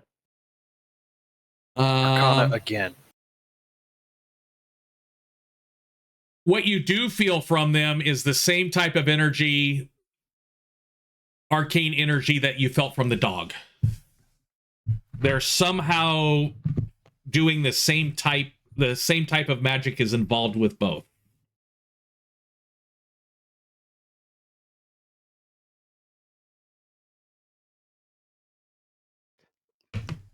They might slow things down.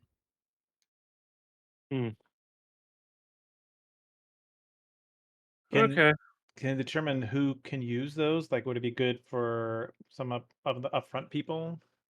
I will create the item. It allows you to target any enemies you desire within a 30-foot emanation once per day with the slow spell. I think that could be useful for our frontliners. Just clap their hands together and boom. I can make your hands clap. So it's a very large emanation, slow spell, multiple target once per day type of item. Any of you frontliners willing to try them out? And Felon, you interested? Nobody else wants them. I'll take them. And As I basically like just hand them over to Felon, just be like, here you go.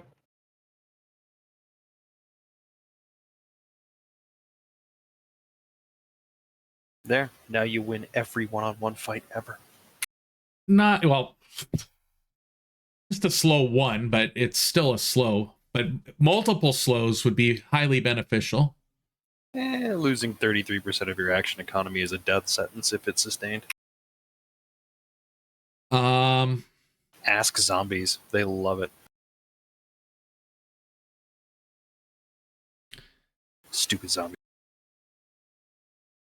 Like I'm leaving it in the like Richter, item stash. Yeah. as the key is coming out, you were the one that put it in the party loot, right? Yeah. Your pendant started to glow as you touched the key. And you look at the key, It's made out of the same greenish metallic type material as your pendant is. The where is it? Where is that pendant hiding? The pendant to divinity? Your green metallic Oh, the one pendant I with the have. red stone, yes.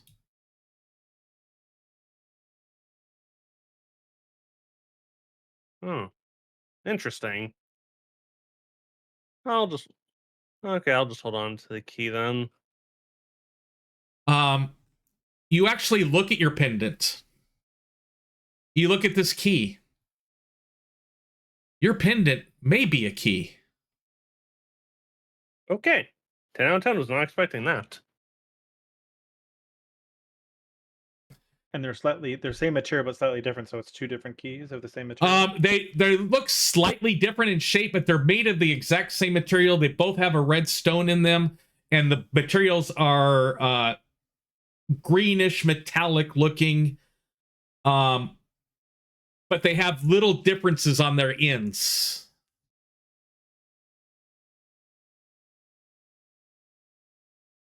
And the archivist, the old archivist, the ghost goes, yes, these were keys to archives in the past.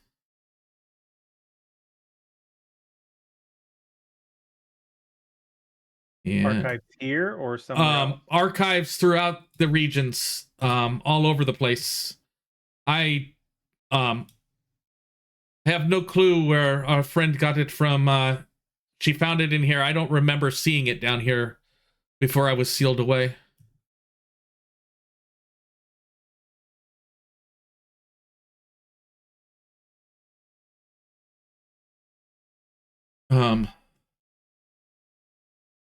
And this time, about an hour has passed since the original battle that you guys came in for. Going to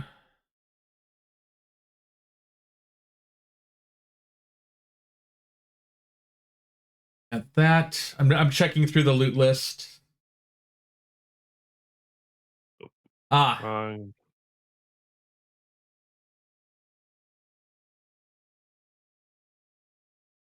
Richter, you asked about the other desk.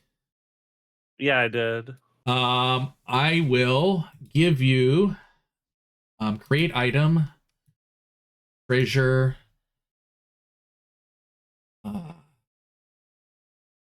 There was a journal that was on that desk that was just bits and pieces. There wasn't much left in there. We're going to call it the Fragmented Scribe's Journal. And Control Z, Shift Control B. Click close, and I am going to drag it to Richter's character.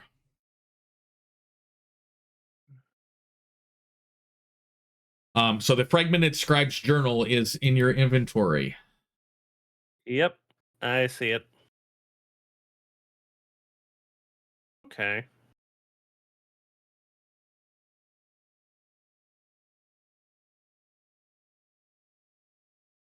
Seems to reference this key. Alrighty, I'll probably read into this once we're out of here. Felon, you toss the gauntlets back on the ground? No, I'm trying to equip them. You can't equip them because I have not created the real thing yet. You just still need to put them in your inventory. I did. Are they still in your inventory? Yep. I'm trying to figure out why I've got two of them now. Okay, I'll just delete the one that's on the floor. They're probably chrono displaced. Yep, they're time displaced. It's just like a parallel timeline where fella does just throw them away. Well, maybe it is.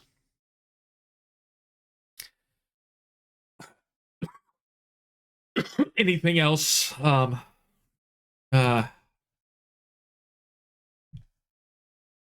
dwarf goes, I probably ought to get back to my archivist and at least let her know I'm alive. That sounds like a good idea, and probably more people want to come down and discover what you've tried to catalog here and see what else there is to know.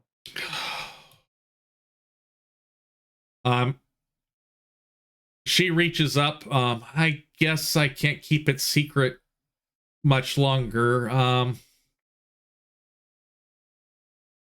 She reaches up, touches Charlie. He kind of whirs back to life, and then she says, "Deactivate, mission's over." And Charlie goes, "Acknowledged." And you see him shut down.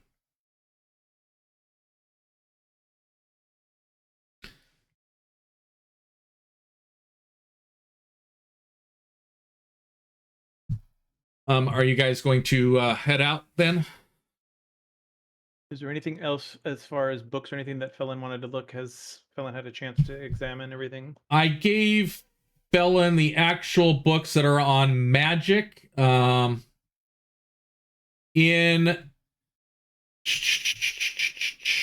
go here. I will actually create a journal. Books. We'll go here. We'll go this way. Add a page. Books from archive. We go text, and I will.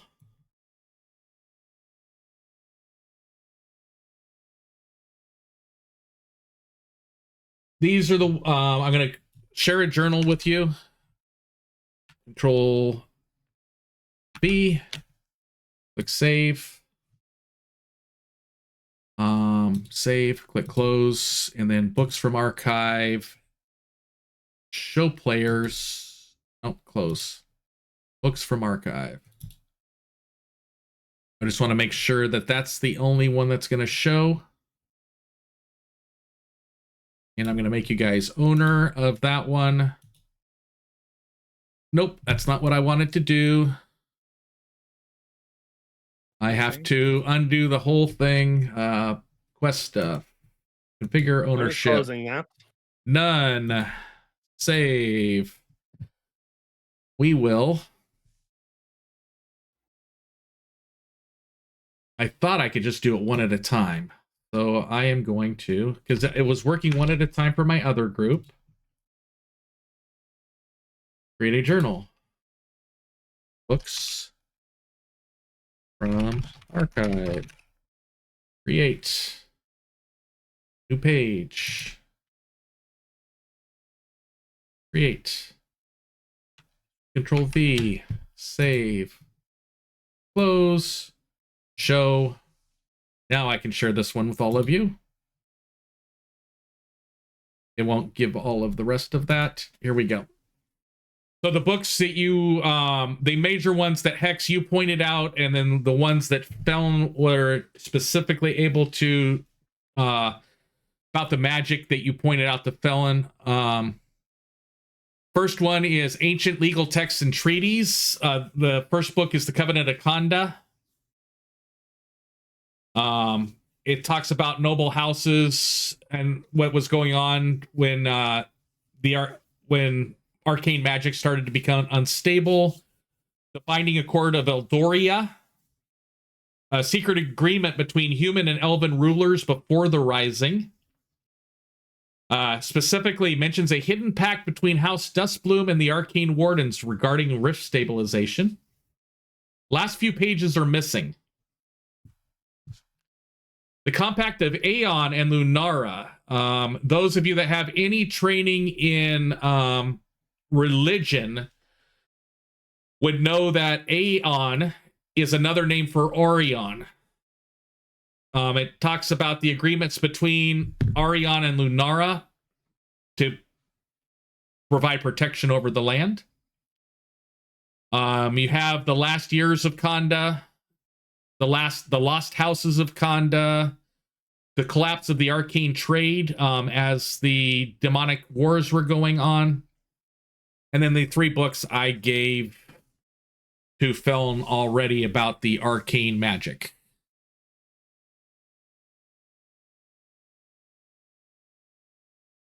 Pointing out doing in another language. Okay, I will scroll up. Yeah, I can see that.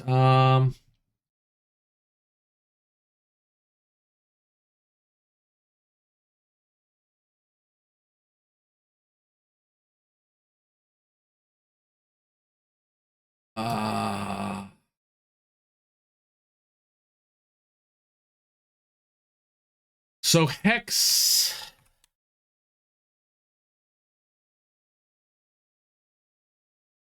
Nothing in that nature in this archive.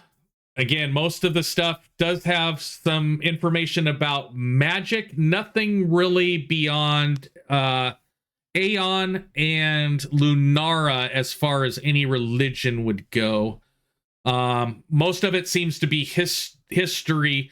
A lot of these books that you see here that I didn't write down are the receipts for taxes for the year 2135, the receipts for taxes for the year 2136. There's a lot of civic archive type books here. Looks like birth records going back centuries from pre-rising dates. They don't have PR after their dates. They have what the calendar would be, the extra 2300 the years up to 2300-ish type of thing.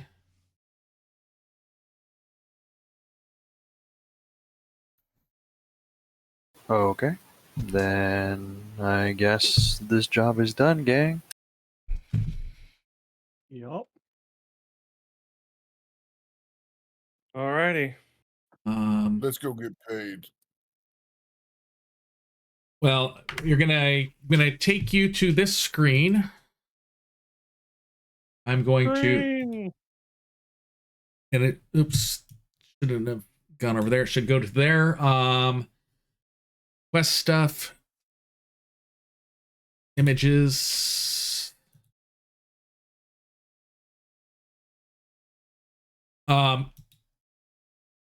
You are met at the top of the stairs by both Chief Archivist Inea Voss as well as Archivist Scribe Theon Brell. As you bring up the archivist that you rescued from downstairs, know her notes are in here somewhere. I can't find the name right off the bat of the one that you brought up from downstairs. But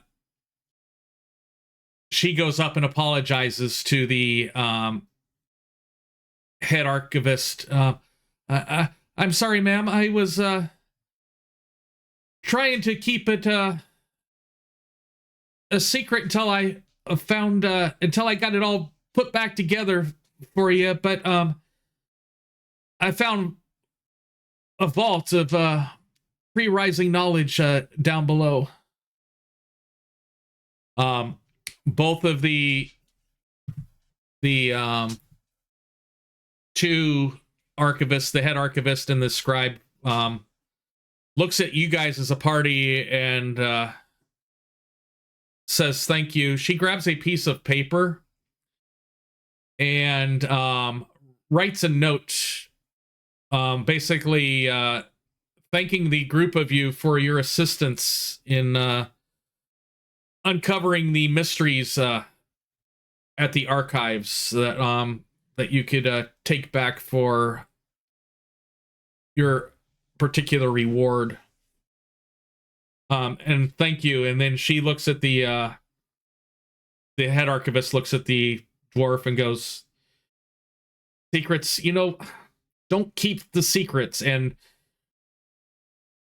they're kind of trying to rush you out of the place because she wants to lock the place up to go investigate these archives that were found. There's one thing I wanted to tell him before we're fully shoved out. I'd be like, there was one creature down there that seemed to have fled from us. I don't really know where it went. Just might want to keep an eye out for that. It's lurking in my shadow. Oh. Never mind. We'll just go. We might need exorcism then. And about 10% of the time, as you guys are walking around, as the light casts shadows of Hex on the ground, about 10% of the time, you guys do see like discongruences with the shadow. It's like, yeah, it's Hex's shadow. Oh, no, it's somebody else, different shadow. Oh, it's a combination of both of them, but it's not all of the time. You can't always see it. You just sense something is odd about Hex's shadow. Can I try hitting his shadow with my maul? Try doing what? Hitting his shadow with my maul. Inside this archive? Sure, go ahead. Just roll a d20.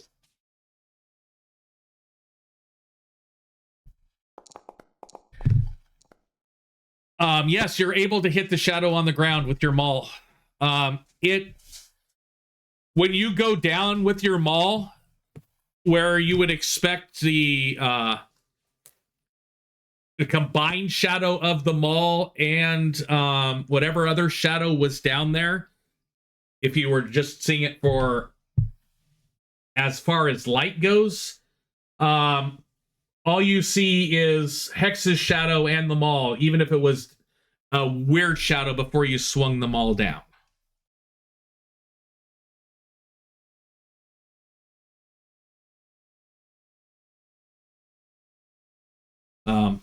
Doesn't seem to have affected Hex or anything at all. Alrighty. Emily's just going to chalk it up to being Hex being mysterious. He's always got some voidish kind of things around him. This is probably just another one of those things. You know what? If it's the threat, Hex can deal with it. And he's confident. Soon my shadow army shall rise and conquer the land. Oh, or we need to give him an exorcism. First we will start with the bards.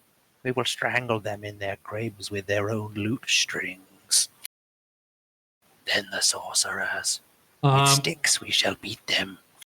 And with that, as you guys head out back to wherever, whether you're going to go to bed at night before you go turn in your thing or do that in the morning, we're going to take a break so I can let my puppies out because they're starting to say, I got to go potty. Okay. So make sure to click on leave if you're gone. And then I'm back if you stay or come back. Thank you. Be back in a minute. Down, Mando. Come on, Mando. Move. Let's go outside.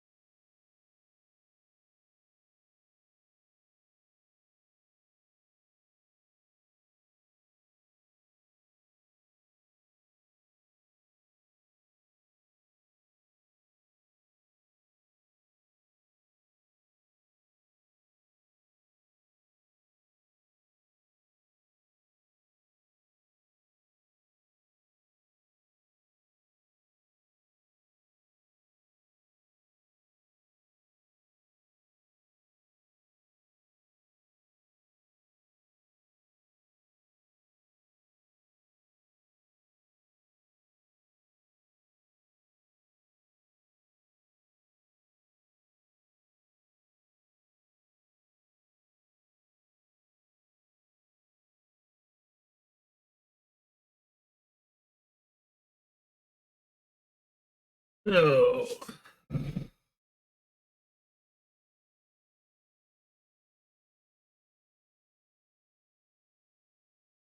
Hmm.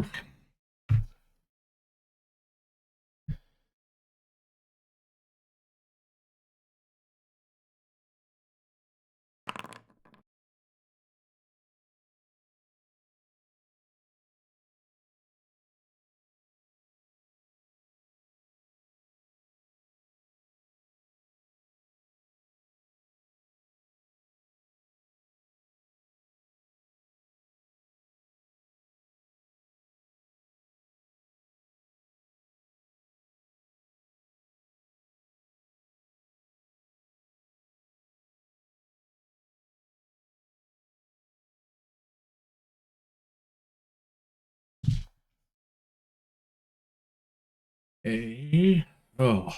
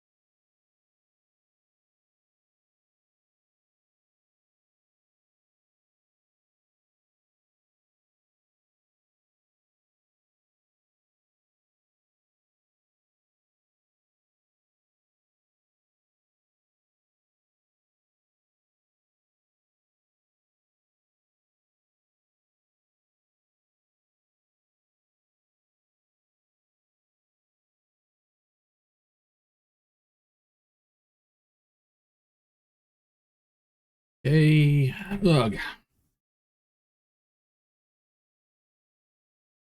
Oh. What's my notification? Go there. And we'll go up here.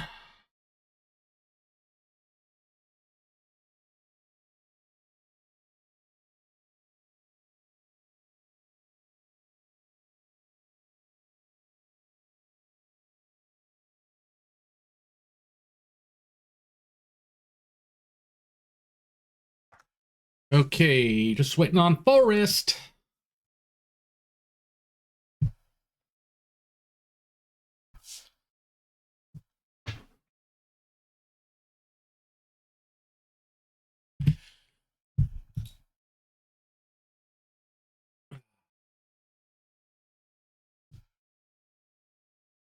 Man, wind's not even blowing and it just stepping outside just froze me to the bone. So, Dang. Mr. T, as far as the secrets beneath the archives, is that quest done? We just have to turn in. Well, yes, as soon yeah, it'll be done. All you have to do is turn it in. Okay. Yep. I am just glad I'm just glad that the person isn't dead. I'm not trying to kill everybody in all of your little quests. No, I understand. I just mean in general. Yep. That's done. That's done. That's done.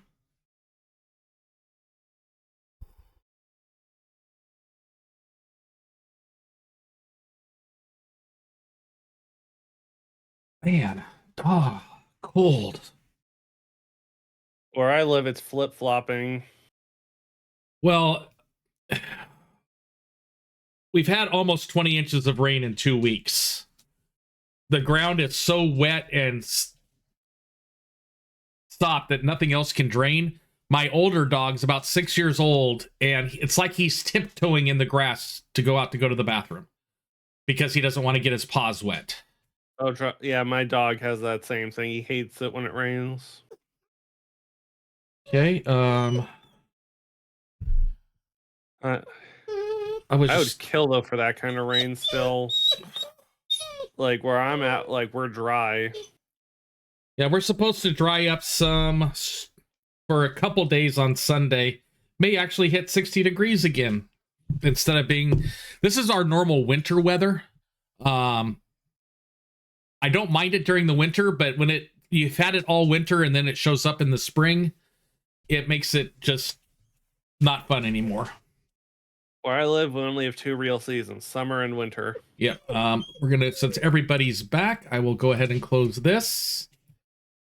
And the question is, where are you guys heading as you leave the archives? Do we go see the governor and let her know that we've finished that quest? We probably Yeah. should. Okay.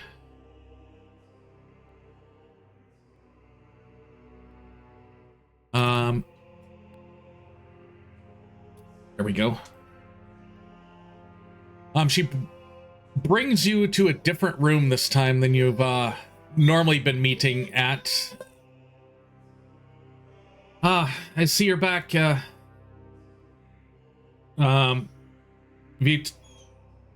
you here for? We've taken care of the job, found the missing archivist. We investigated the disturbances, found a missing archivist. And I'm assuming one of you will present the letter from the lead archivist. I nudge whoever has the letter. Yep, and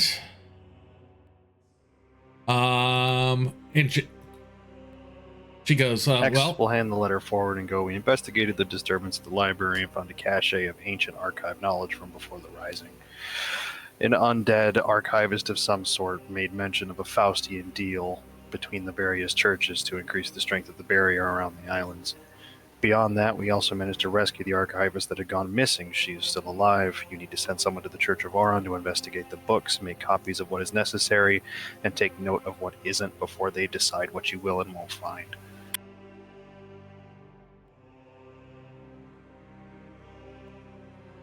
The Arcane Wardens should also be involved in this discussion. Well,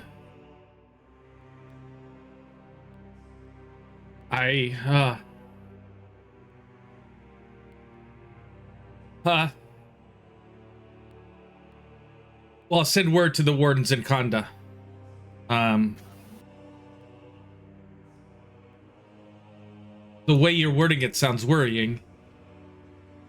Only as worrying as 300 to 400 pristine books of perfectly kept knowledge could be, although they were invaded by some kind of time-manipulating shadowborn monstrosities, one of which has anchored itself to my shadow. When it rises again, we'll strike it back down. Emily's also going to mention about somebody needs to do some more research into whatever this agreement was, who made the agreement, and what was the price for it.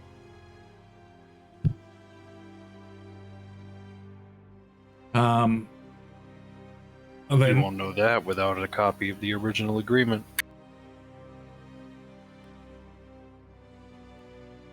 The archivist said we should check the Kanda archive, so eventually we need to make our way over to there. I will take this all with a heavy heart. I shall bring my advisors in the morning to discuss this. Again, thank you, and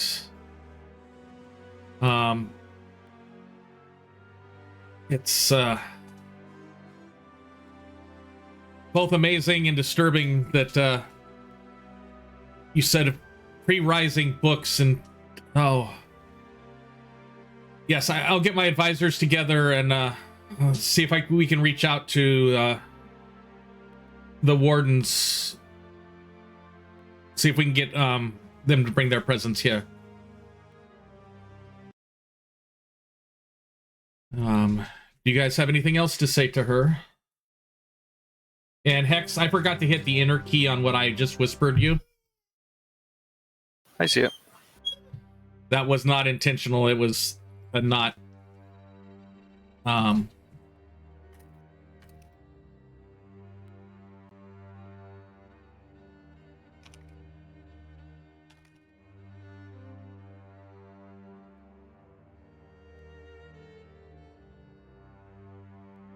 Hello? Yep. All right. Can you hear me? Yes, now I can hear you. Yep. We just took a little power hit. My ups. I have one thing that's not on the ups, and that's what my headphone is plugged into. I should probably put my USB hub in the ups. Okay. Do you guys have anything else that you want to talk to her about before you depart for the evening? I assume she's going to pay us the. Yeah, she gave you the 400 gold. It is in your party stash. All right, and then we have, or I guess our reputation is increasing with them. With Yes. Bubba. Yep. Your let me go back to my log. Since the subsystems things doesn't work, you are now at 3 with Boba.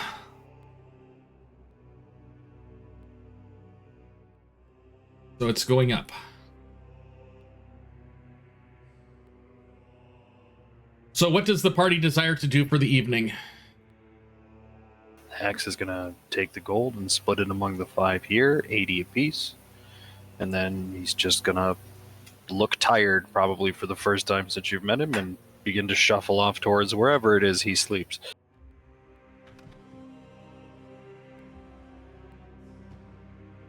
Yeah, it's starting to get late, and we also still have to go meet those people tomorrow night. Or meet that one gentleman tomorrow night. That's why we have to get all those fancy clothes earlier. Yep, Ambassador Dusk Bloom at the Gilded Cup. Yeah, I think we all deserve a well-deserved rest. Okay. I'm just going to go straight down the list. Emberly, are you going to do anything tonight, but part of your sleep rest? The only thing I wanted to check is do I have the option to purchase some healer's gloves? Go here. Gonna try to turn those crits into super crits. Gotta make it as good as I can. Yeah. You want to turn 0 HP to full HP. Not quite yet. I'll let you go up 1 on item levels, but not 2 currently. Once we're 3, we can get item 4. Yeah, once you're 3, yep, you'll be able to get those there. All right, then she will head to bed. Okay, Felon, anything you're going to do? I'm gonna go read those books. Go to bed. Okay, as you are reading one of them,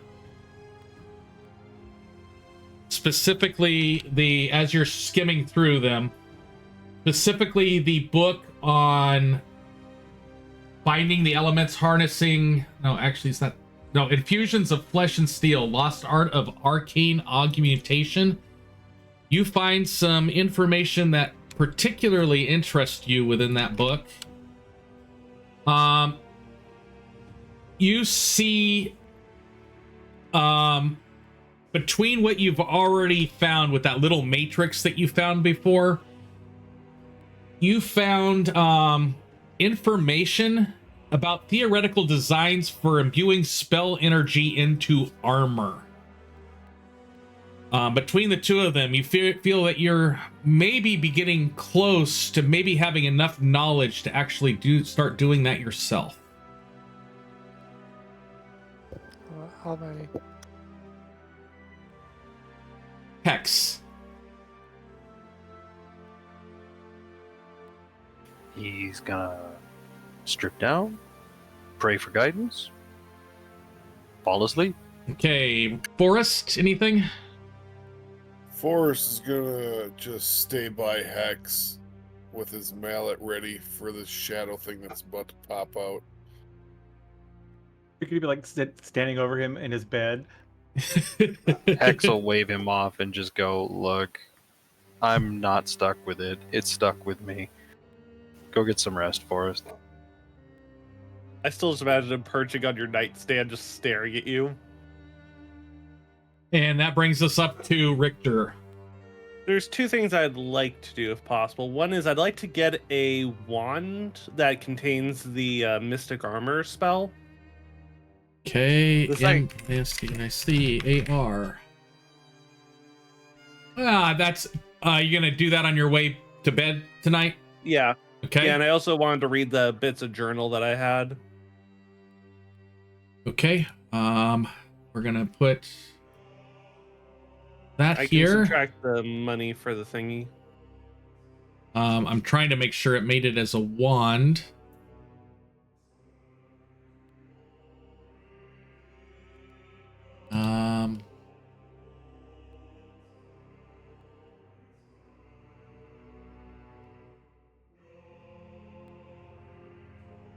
Said I dragged it to you. I'm trying to find it. I'm going to use the power of search bars. Not there. Did it show up in the spellcasting section? That's what I Nope. just checked. Yeah, not in my stuffs. Hey, I will try it one more time. Oh, wrong button. That would have been bad to press. There we go. We are going to create a boom. There. Alrighty, so where are you, wand? Thank you. I'll So subtract the 60 gold. okay. So I'd like everybody to please take a long rest and do your so long rest, and I've got to have you selected. Then the daily preparations. If you have your characters, there we go. I also wanted to read the Fragmented Scribe's journal that I found. Or is it just literally that bit of info? That's the bit of information you were able to get from the journal is what I put on it. Okay. Yep, it's just a little bit of information. Okay, I just wanted to be sure. Thank you. From what you gather based off of reading that,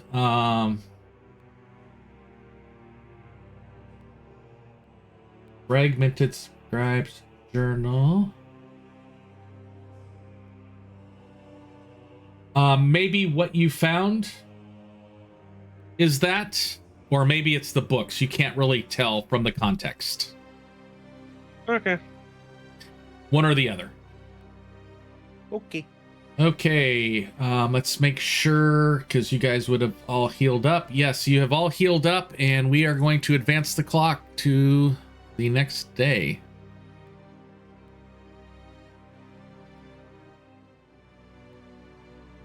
A very you should not be at the 1st of Dawn March. Oh no, they're messing with time. Yeah, that's what I'm trying to figure out, because this should be the 3rd of Dawn March as we wake up in the morning. So I'm going to make sure it says that.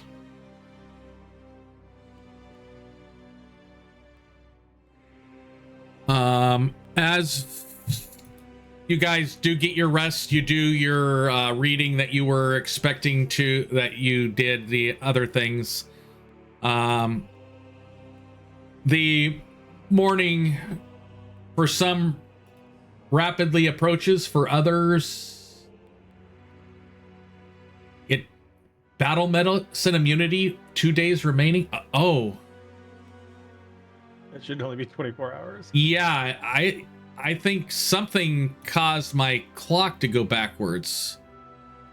So let me switch the data here. Let me Bill see what Murray it says. was right. 27 It's hours. Groundhog Day. Switch the data here. Okay. I see what it did is when I advanced the clock, it took it from the 5th to the 1st.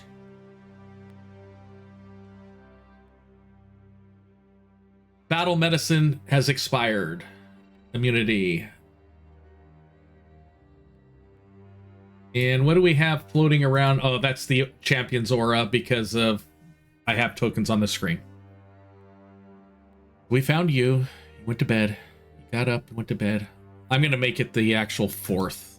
I don't think it should have been that long. I'll have to go back to my notes and I'll actually set it. It's the morning as you guys arise. What are each of you guys desiring to do as a party?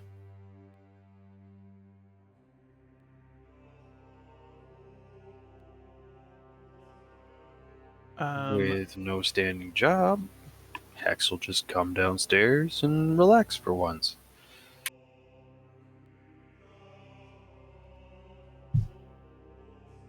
Are the Sunfire towers in this area? The Sunfire ones are, yes. I know we have a quest to do some research there, but don't know much more else about that. Part of your initial contract was gaining access to the library so you could research. That is basically it's open-ended, allowing you to look at the books, try to find knowledge. If there's any questions that you have, maybe the archivist there can help you pinpoint the right book to get the information you're trying to look for. So basically, you can use it as a library to do research if there's any questions that you have.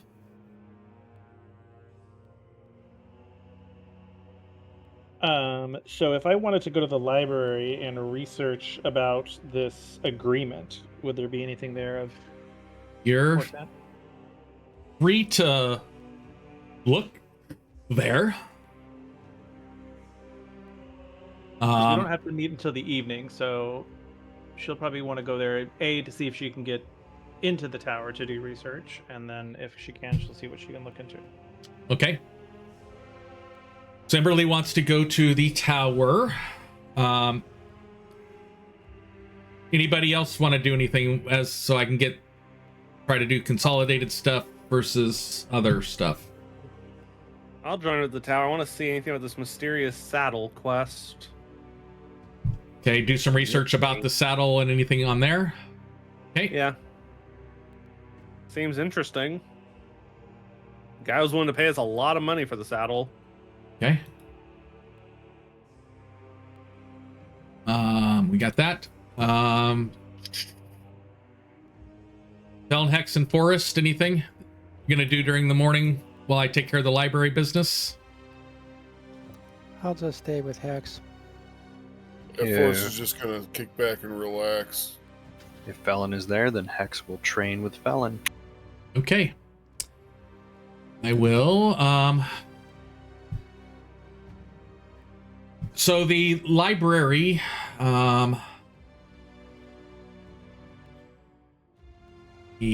pull it up. I think I have. Did I put the map in there? Why is that keep on collapsing? Looks like my mouse is going crazy.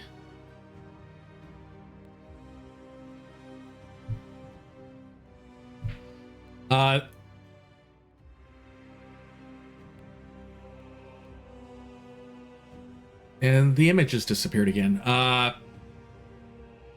The library that you're particularly interested in, the one that for the Sunfire Herald, is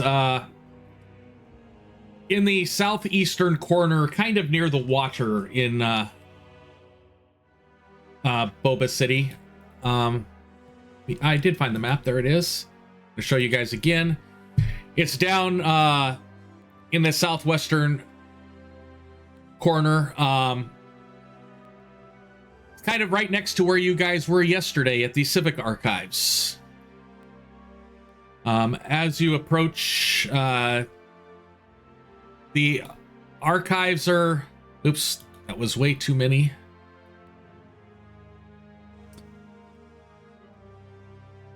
the archives have what you would basically an entranceway with a desk that has 5 or 6 people seated at the desks. For those of you that have been at the archives before, which pretty sure Emberly would have been at the archives before, you know what they do is they ask you what the general knowledge area that you're looking for information on. They go back and search, and then they have little reading rooms for you to sit and read, but you are not necessarily allowed to take books out with you. If there's any information you desire to be copied, you can hire a scribe to make copies of the information for you.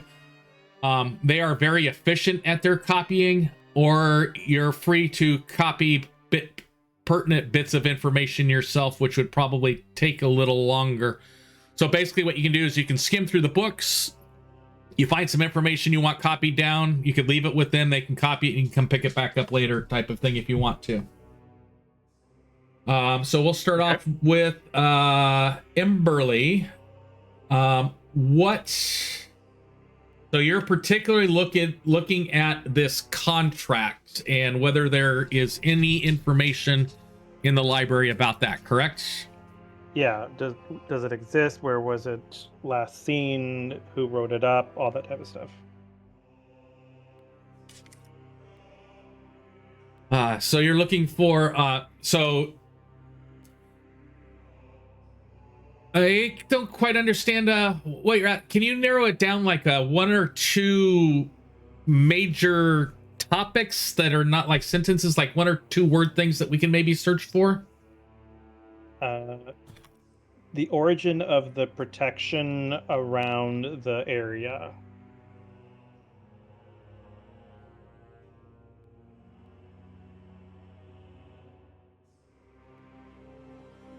Okay, so you want to know about the boundary. Yes. Okay. When it went up and all that stuff, because that seemed to coincide with sometime with this contract. Okay, and what particular are you looking for as they look at Richter? I'm looking into magical keys. That way, sort of trying to cover both the keys we have found and this weird saddle act while I'm here. So if I find one or the other, it works.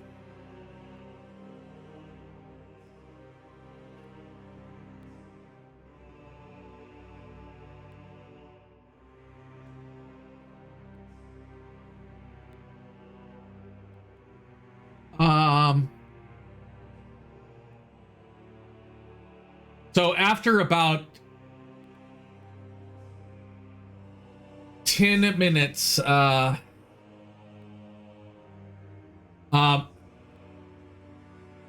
they bring you a book, Emberly, called The Circle of Ash and Flame, The Final Sacrifice. And I will go here, create journal entry.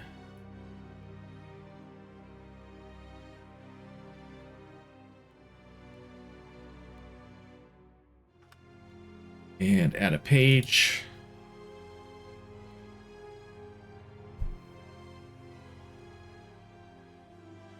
And I will give you the key bits that you find from that book. Control V, click save, and I am going to configure ownership. Emberly, you are an observer of that book. Basically, it provides a compilation of oral accounts, little bits of preserved journal fragments, and transcripts from survivors and clergy who witnessed the construction of the barrier that encases the Outcast Isle. And over the next couple hours, that's the gist of what I shared with you. I shared a journal with you. You should be able to open it up and view it. That's the information that you're able to obtain from that initial request about the boundary? So I'm looking in journal. I see the books from the archive. It but- should have one that's called the Circle of Ash and Flame. Do you see that? No. Let me try this again. Emberly, Observer, Save. How about Now I now? do. Okay. So give you that. So you're looking for stuff about keys, Richter. While Emberly is reading that,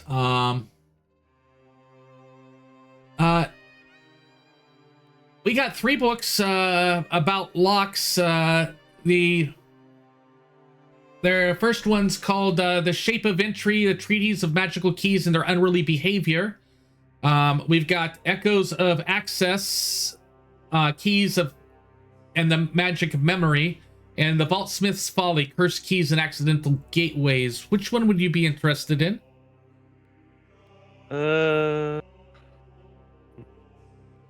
I think I'll try the first one. Okay. They disappear and go back and grab that for you.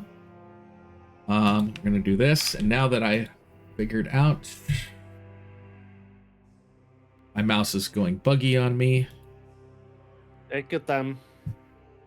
And we are going to Control C, Control V, save, right click, ownership, Richter, server, save, close,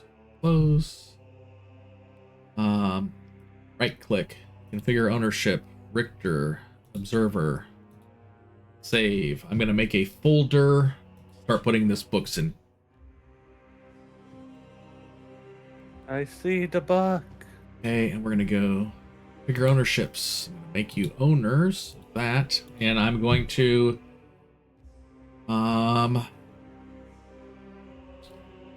move that in there. So that's the first book they were able to find for you. Alrighty.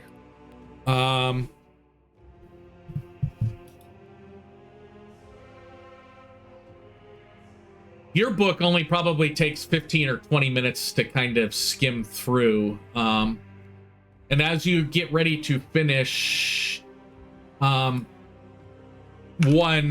as Emberly continues to be working, they will start bringing you the others. And I will slowly be getting those in there for you, and I will let you know when they're both in there. Do not feed your key. Good to know. Okay, and we're gonna go here. Configure ownership. Richter, observer, save, close, books. Configure ownership. Richter, observer. Here's the second one, the Echoes of Access.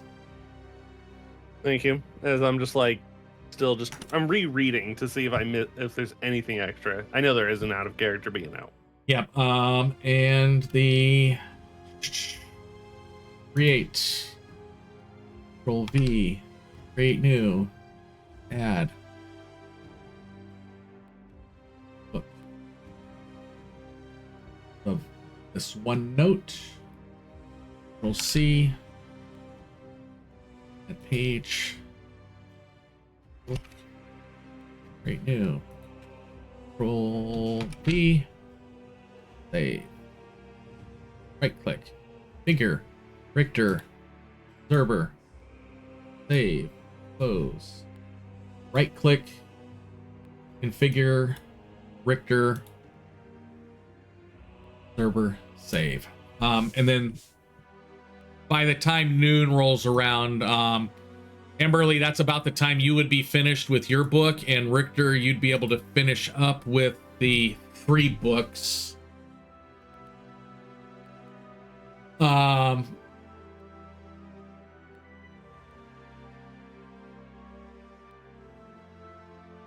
Alrighty.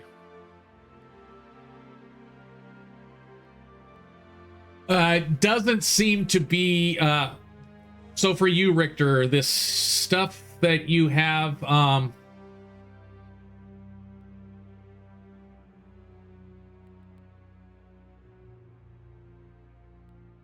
some keys can be specific for specific locks, that they're kind of some sort of harmonious relationship between the two of them.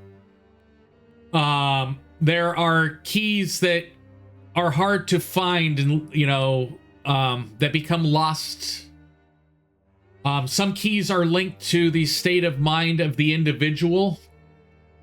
And some living things or parts of living things can be made into keys.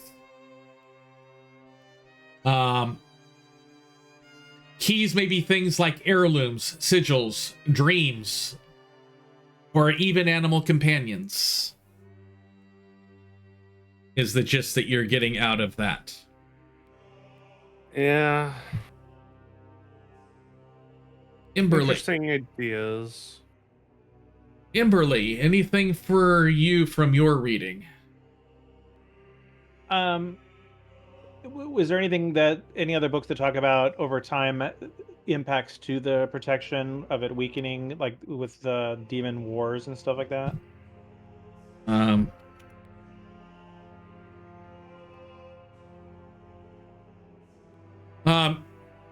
That would be too,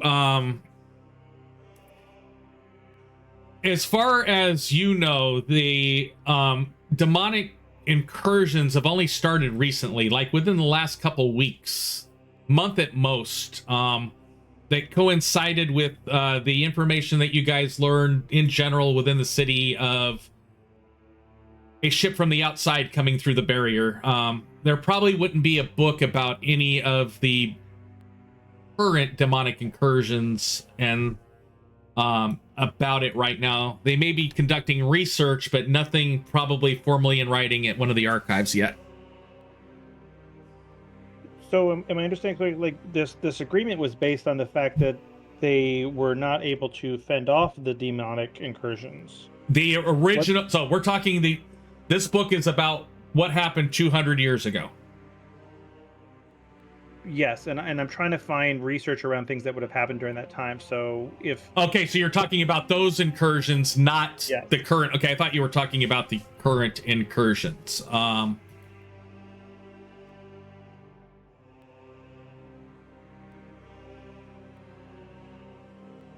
don't know, would it be helpful to just like offline this into Discord so that we don't have Yep. others that are waiting? Yes, and we'll do that. And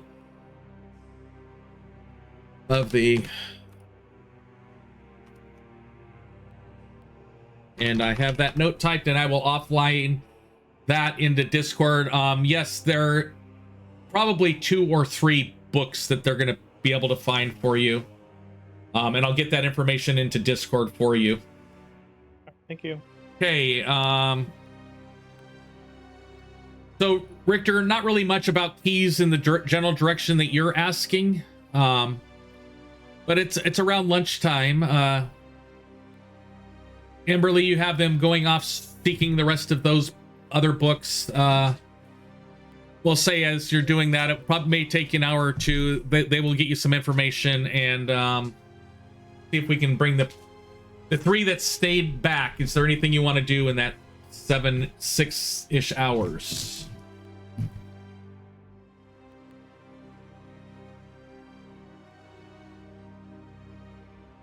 Okay, Imberly and Richter, do you want to head back and see if you can meet your party and preps for the evening? Sounds good. Probably a better idea. I don't even know where I'm supposed to go. Okay. We're going to the Gilded Cup in the evening to meet up with... I know more. Richter did not pay attention to locations.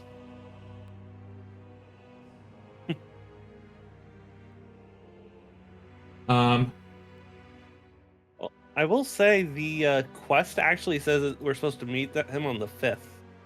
Okay, so that would... There we go. So that would be... Now we know what the right date is. Yeah, for somehow this thing got... When I advanced the clock to midnight... So... It moved it to the 1st, so... Click. Try Yeah. this again. because I trust your writings more than the Yes. automated system. Yes, I do too. Set current date. That's why I was going to go back and watch the old streams to watch the calendar. Well, So- you're welcome. So it is it's about 2:30 on the 5th. Please get down, Mando. You just went outside. You've had your dinner. As party,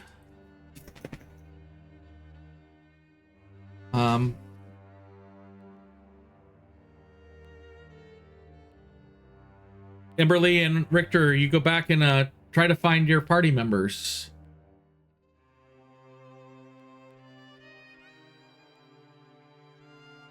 Yep.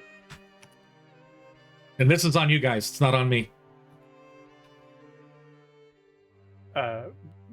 That we're trying to find them. Well, yeah, I need you guys to do some dialogue. I'm not We sure. lose them somehow. Where would you look?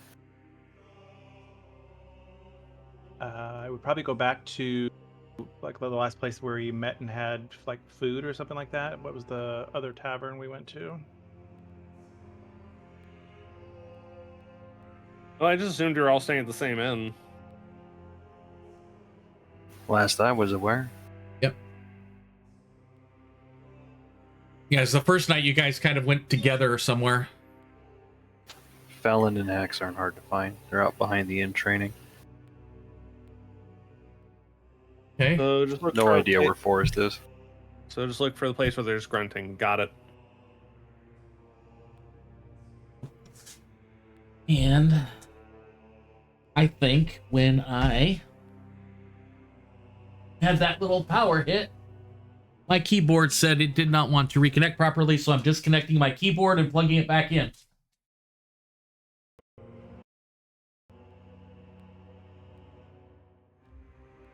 I'll plug it into the PC this time.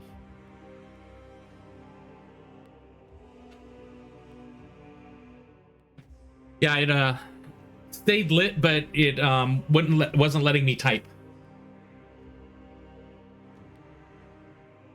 So tonight I'm gonna have to rearrange how I have stuff plugged into my ups. It happens. So you guys are able to find Richter and Feln and Hex really easily.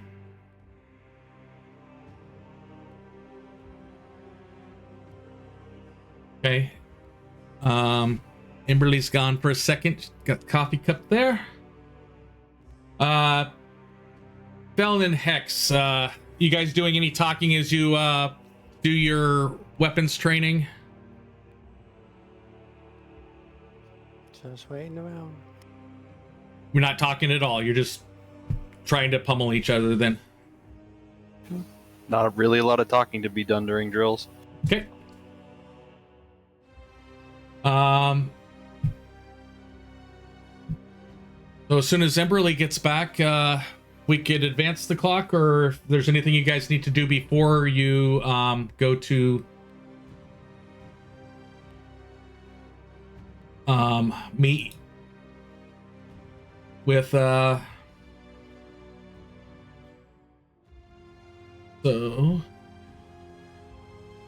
Mystic Arma. I did follow in Emberly's example. Good.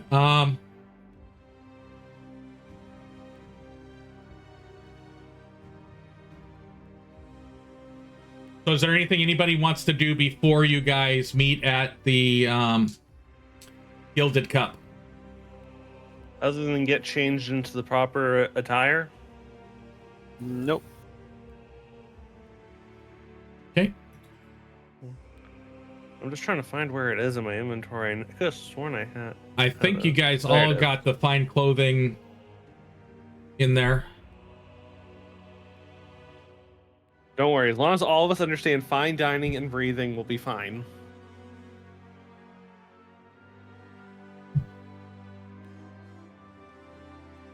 You put the food on the fork.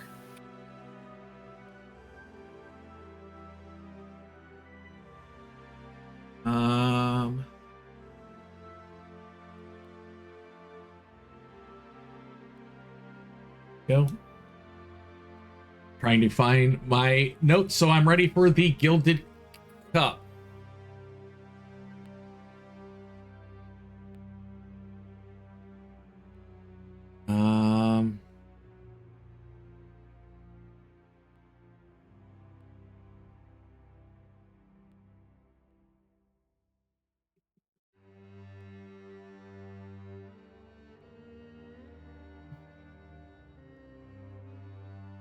I'm ready.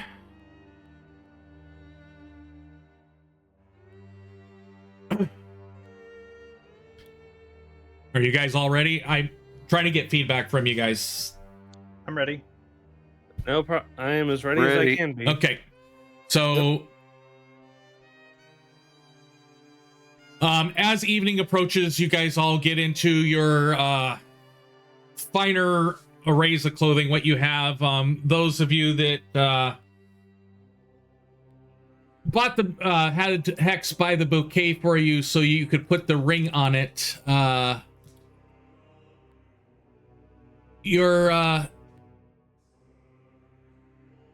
Make your way back to the Gilded Cup where you were the priest. Ouch! Don't.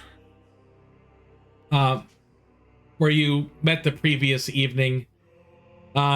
You are immediately met by Tobias as you enter. Welcome back.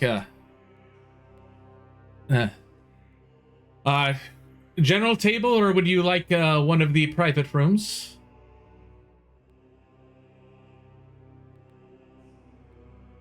We're here to meet somebody specific. Yeah. And that would be? What was his name? Ambassador Dusk Hollow? Kalen Duskbloom. That's it. Kalen Duskbloom. Wait, did we change into our clothing Yes. Yes. at some point? Yes. That's what we just talked about for the last 5 minutes. Gotcha. He's already got a room. Let me go verify that he's ready to receive you. And he disappears for about 30 seconds. And follow me, please. And he brings you. It's a table about the same size as your tables were yesterday. And unlike yesterday, where he was kind of sitting out in the general open, the table that he's at has curtains that are kind of drawn around it, kind of making it into a private type room.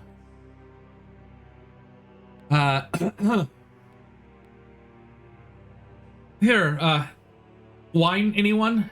And you see bottles of all three of the types of wines that you guys had the night before.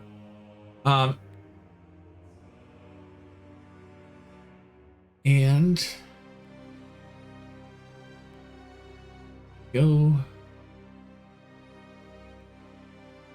Control F, DESK. Control F.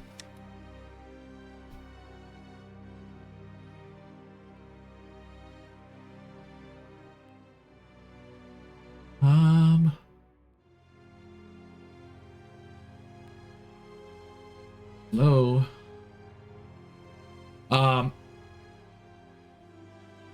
Nice to see that you arrived. I really wasn't expecting you.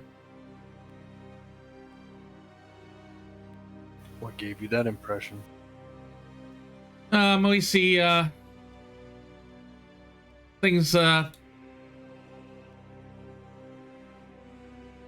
people saying that they, want knowledge, but really, don't, follow through on it.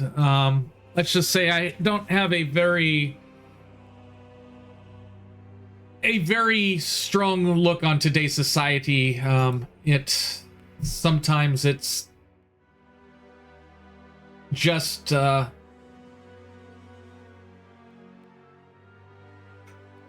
let's just say my expectations aren't very high. I guess he wasn't expecting us. Hex will invite himself to sit down and gesture for everyone else to do the same before he just pours himself a glass and will go, I desire nothing less than the complete extermination of all demonkind, to whatever end and by whatever means necessary. I have no interest or proclivity to the weakness or laziness of the current generation.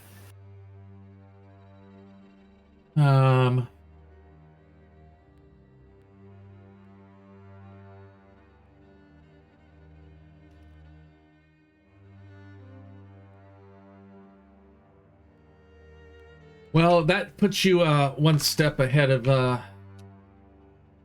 what you saw the argument about last night.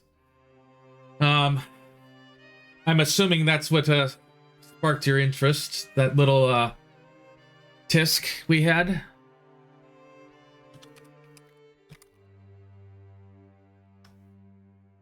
It's always interesting to see somebody soaked in the displeasure of another. Usually not quite so eloquently or in such a deep shade of red, but all the same.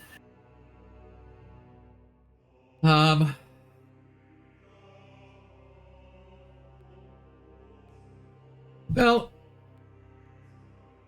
I appreciate your candor. It's just a degree of discipline. Well, maybe a well-developed sense of fear, but either is useful. You reached out to me. That alone is bold, but boldness is not rare in the city. It's what you intend. So you want information about... You want the demons to stop their existence, is what I'm gathering? I would see them driven from this land and straight into the next before chasing them doggedly to their point of origin, past the boneyard and into the abyss itself, where I will harry them until the end of time itself. If you were curious.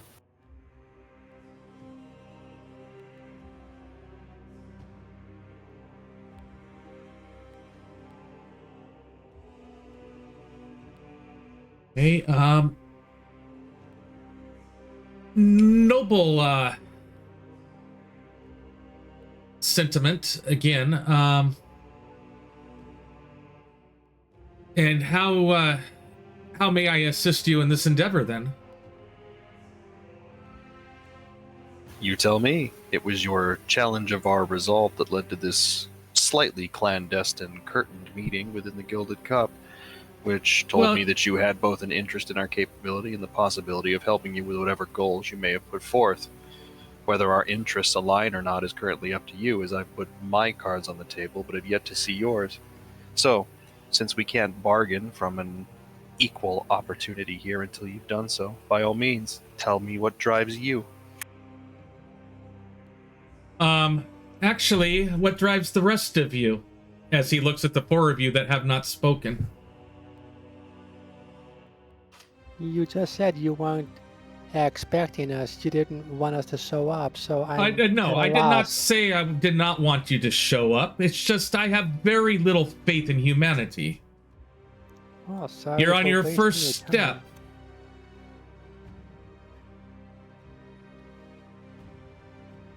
time. So all of you desire to drive back the demons? That's your motivation? Emberly will state for sure, and she's got very strong divine motivation behind that to get rid of the evil and all the evil that they bring.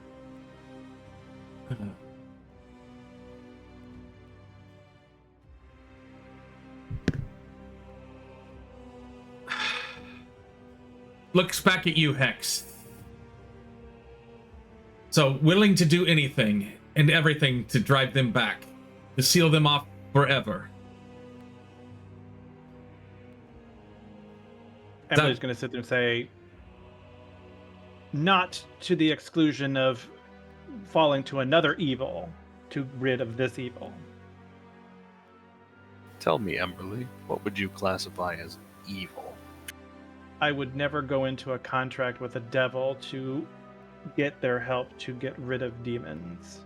From the sounds of it, the entirety of the Outcast Isles did just that, and that is why people are currently born, live their lives, and enjoy comfort and safety. So A Faustian Hex, bargain with an entity that goes far beyond what you believe to be right or wrong. actually, I would like Felon, Forrest, and Richter to all roll sense motive checks while Emberly and Hex are taking this conversation.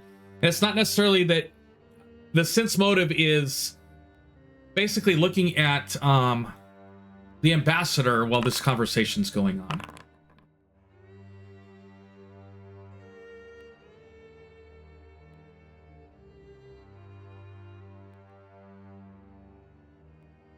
See, two. I got Felon, I got Forrest. I need one from Richter.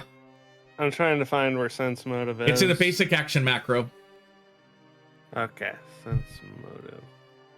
Alrighty.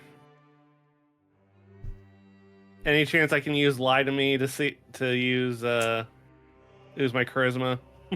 Lie to you, so you can use that anytime that you're trying to do a perception check, right? Pretty much if I'm involved in a conversation where someone could be lying. Sure. I'll let you do that. All right, so I'll just roll raw deception instead. Okay. Come on, deception. I probably should have made that not visible.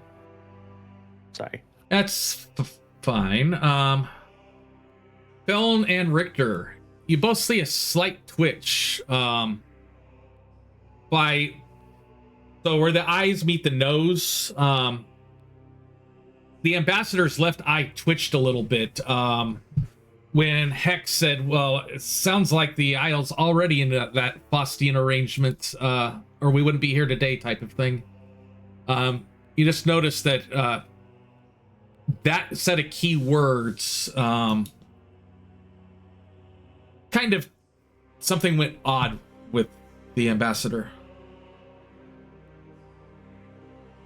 There. Hex, continue with your... Hex and Emberly, continue.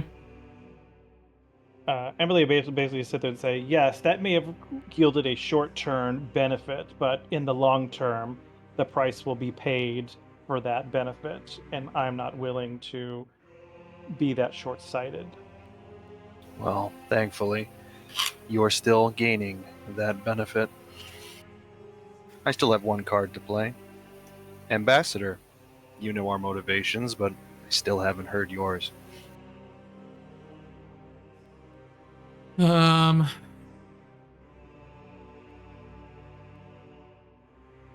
motivations are, again, whatever is necessary to stabilize the rift. And with that, with the Arcane Wardens also. Then, probably to the intense shock and surprise of my colleague Emberly here as I challenge, simple perceptions of what may or may not be allow me to extend a hand on behalf of the cause I champion. I am Hexaconge, Witch King. When I was alive, I was Russell Davies. I served my god Ragathiel until the end of my days, as I swore. And now, I have sworn an oath to continue this war until my soul itself unravels in service of the First. Your deal continues. So does the war.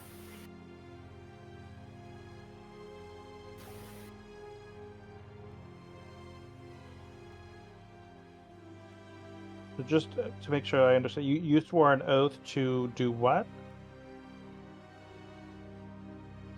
He looks at Emberly and just locks eyes and he goes, to continue to fight against the demons making their incursions here until my very soul unravels at its core. Understood. Now, since we're having this discussion as a champion of the first Prince Asmodeus, let's enjoy our meal. We have a lot to discuss.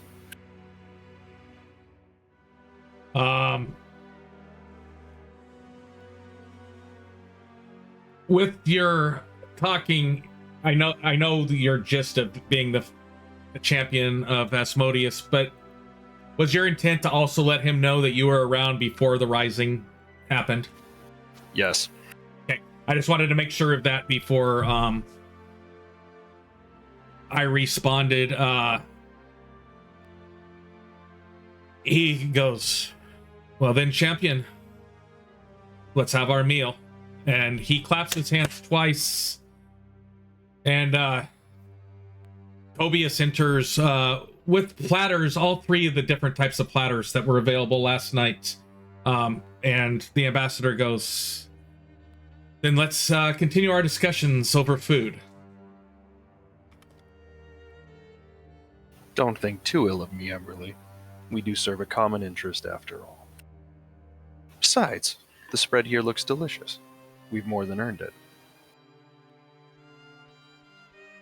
She's definitely shocked at that, but she's also trying to be somewhat contemplative to see, all right, well, how is she going to deal with that? Because she has seen your fervor and dedication to a cause, but she's not sure how to handle that.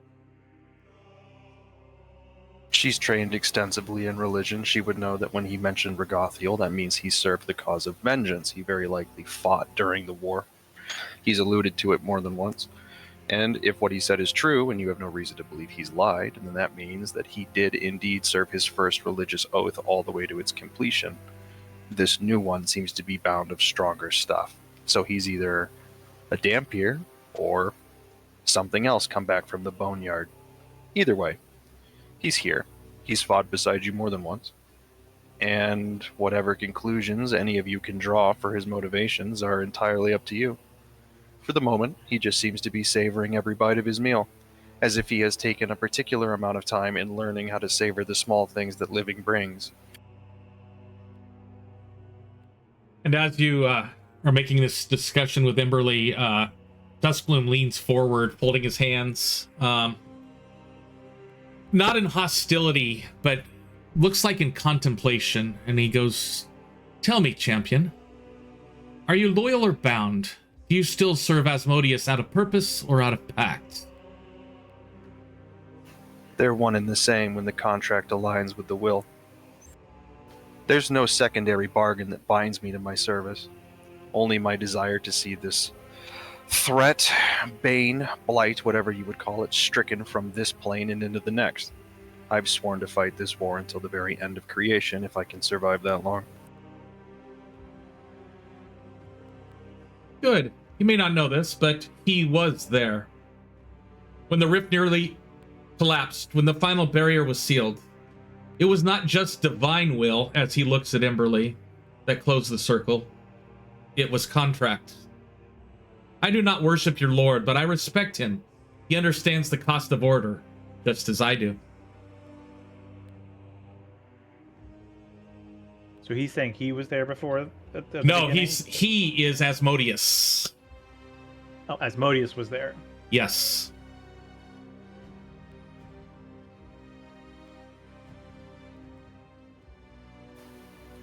Axe will just look over at Emberly and give a contemplative shrug. As long as our enemy is the same, allies make for strange bedfellows.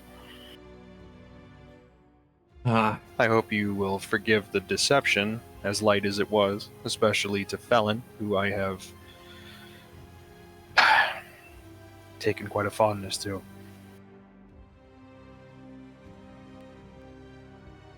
Well, champion, you stand between eras, between flame and shadow, between command and conscious. You may not realize it yet, but your existence proves that the barrier is failing, and that the old powers are beginning to move again. And then we have a great deal of work to do. Now, about your discussion that went awry at the table, which caused you to imbibe wine in the less than accustomed to manner the day before. Maybe you could tell me what caused that little spat to spiral out of control, and then what our next steps should be. Because it seems the general public, the organization that we're currently under contract to work for, the Emberborn League, and the various other movers and shakers about the island are in disagreement as to what to do. Chaos will not lead to a proper defense. Neither will ignorance.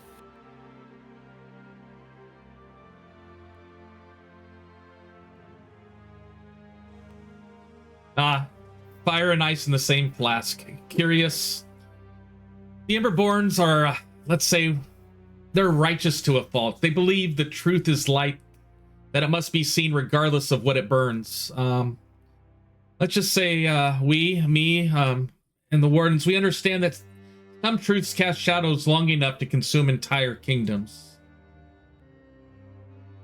Oh.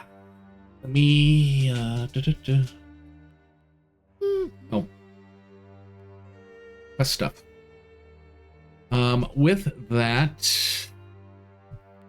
swear.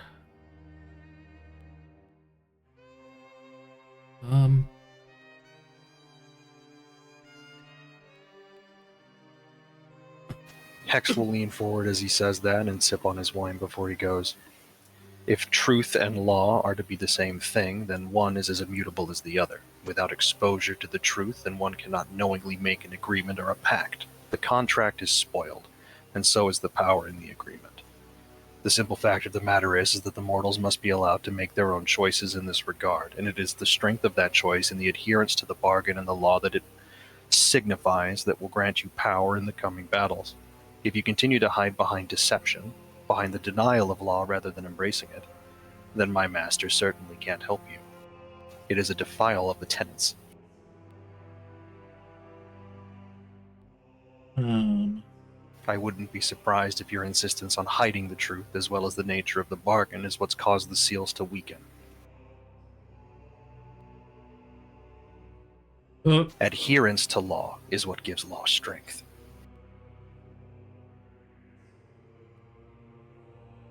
Let's just say that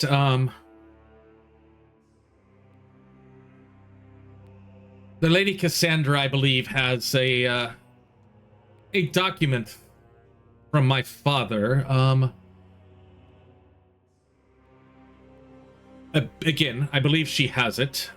She's alluded to some of what I know is the contents of it, but it was stolen from my private studies.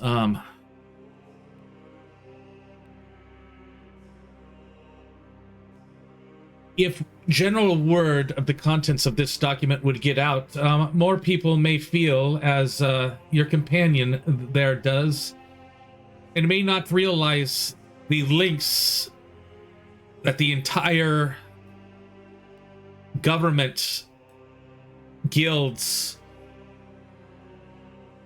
clerical societies, researchers went to drive the demons back 200 years ago.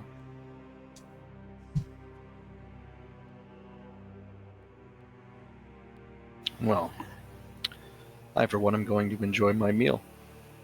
I think it would be best, Ambassador, if you took the time to inform my compatriots as to what it is they're missing out on. Besides, this meat is delicious, and I'd hate to waste the opportunity. Felon, Emberly, Forrest, Richter, by all means, take a moment to get to know the good Ambassador. I And have things to say, but I want others to say something before I do. And as he sits back, he had his hands folded, kind of thinking as we're doing this conversation. He sits back and grabs some of the candy fruits and nuts that are sitting on one of the plates.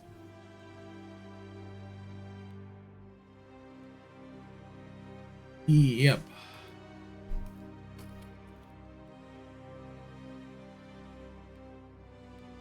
And there we go. He's back. We lost Forrest for a second. He's back on his phone, it looks like.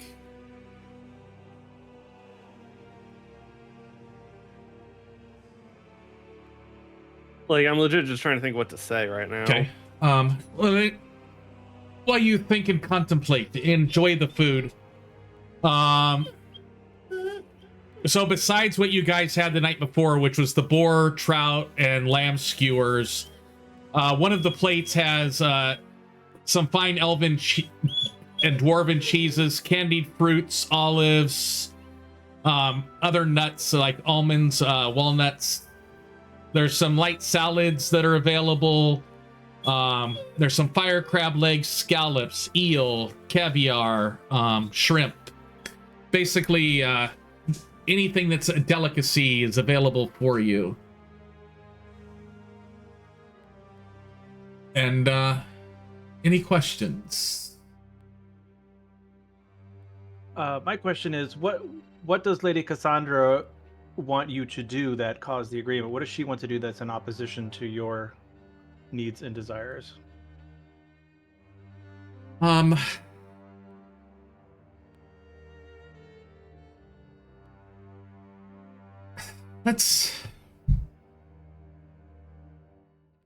Let's say she does not have a full understanding of the system. She believes the arcane wardens are pure evil because they may have entered into the only contract that actually saved this planet.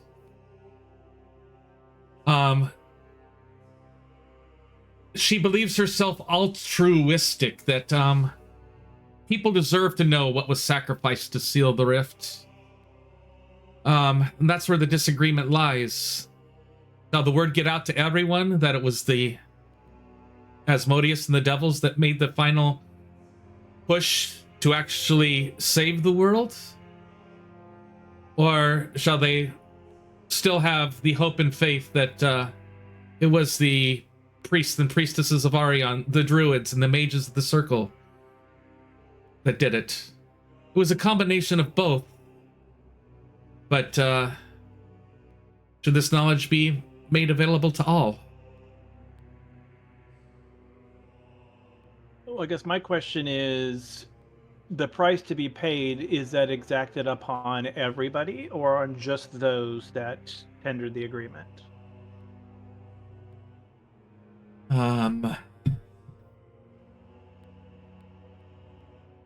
That I do not know. It was my father who was actually part of the contracts. The contract in general is just the piece of paper that she has just mentions that the contract was enacted. I do not know what the specifics were.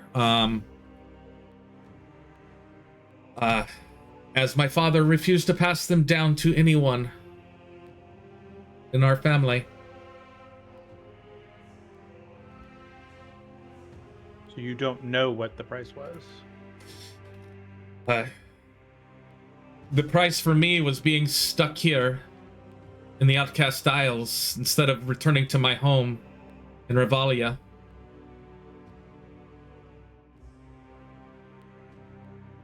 You assume there is a price. There's always a price when you go into an agreement with the devil. Is that what your master always has taught you? Does he do things for free, for no benefit to himself? When two persons' interests align, it's not always a great personal cost to either party to forge an agreement, as long as the goal remains the same. Believe it or not, my master has a vested interest in keeping the peoples of the world alive and well-being. Whether or not they're too weak to adhere to law or take care of themselves is something he has no interest in. However, the destruction of what harries us now is of chief importance. Agreed. I think the immediate danger is what we should focus on. If you want to know what the agreement is, you need only go to my church. I'm sure they'd be happy to perform the summoning.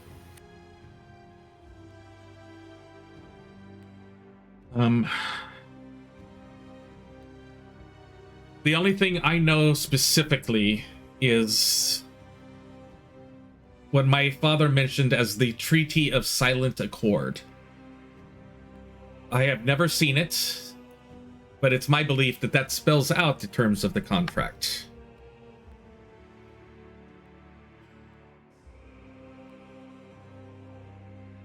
It is not contained within the vaults of the Wardens in Conda, and I know of no one who admits to possessing it or have seen it. But yes, as you mentioned, contracts do have prices. I'm not really concerned about the price. I'm just concerned about the perception of the world if this were to get out. People might have to accept that good and evil tend to coincide and that you can't have one without the other. What is the point of a blissful, chaotic existence if there's nothing to compare it against? You become fat, weak, lazy, unable to actually fend for yourselves. Without the constant pressure that is law, or what you would call evil, you have no need to strive for anything better.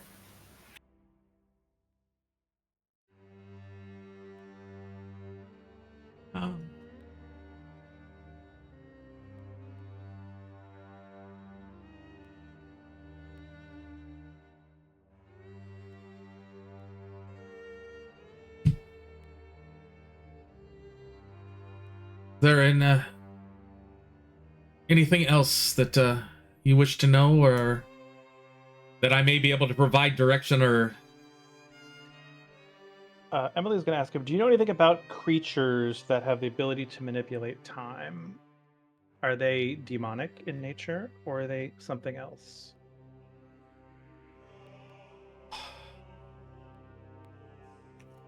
What do you mean by manipulate time?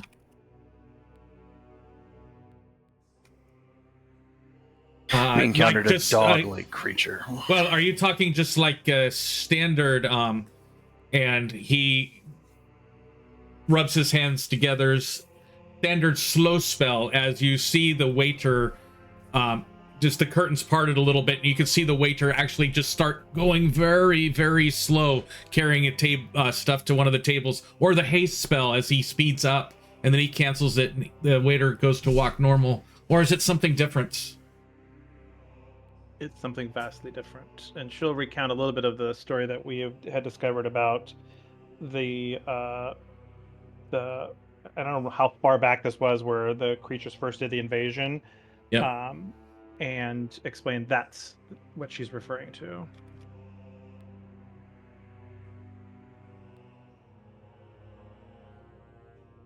Okay. And she's trying to get a feel for, are they the demonic presence? Were they in alliance with the demonic presence, or are they completely unrelated? Because these are two different incursions that seem to have happened. Yep.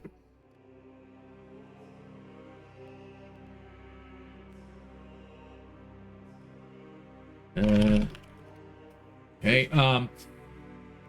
I wish I had a stenographer's keyboard so I could type what you guys say quickly.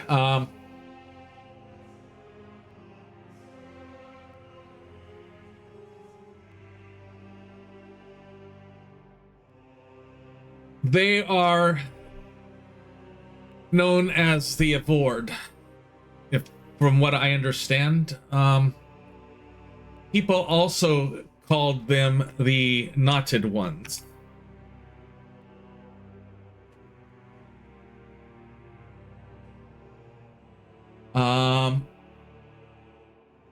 They are not...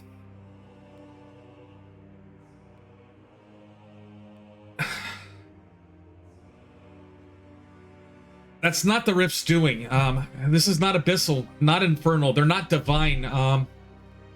They're a shadow cast backward through time by a wound we've not yet suffered. He rubs his wrists. They came once before when the stars flickered and the moons fell out of sequence. We thought they were banished.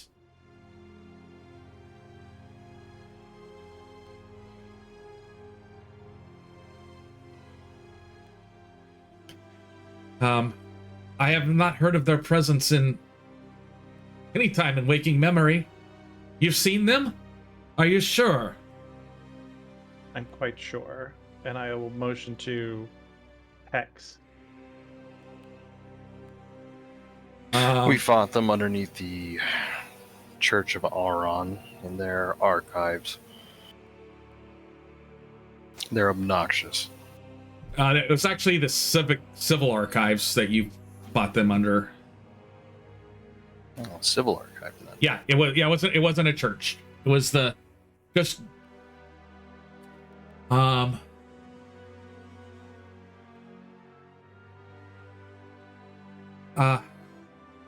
You see, he is extremely nervous. Last night, you saw him just kind of brush off getting the wine tossed in his face. He didn't look, he looked a little riled at the edges, but not anger, not fear. He has, all of you can see a fear and worry on his face. Who's currently heading up the actual defense of the Isles? It's our job as the wardens to, but with the outsiders appearing, we thought it was once and for all that, whatever the contract was, we thought it would hold. We thought Asmodeus would keep his end. Doesn't hold fully if there is demonic presence as well as the barrier failing. Something is wrong. Could very much be your misunderstanding of the contract. To imply that the Prince of Contracts would dare go back on his word is a blasphemy so egregious that I can't even count how many have been laid low. So, go ahead and tell the wardens that we're here to offer our assistance wherever we can.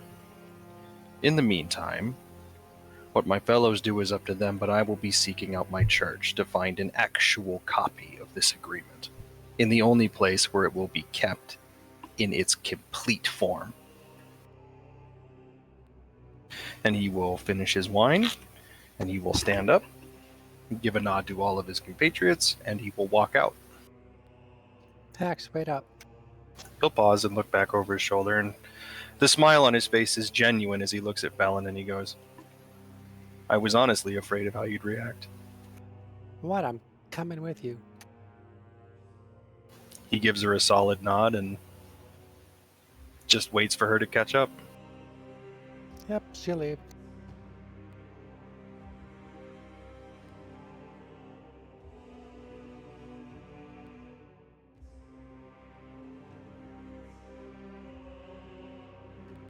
Okay,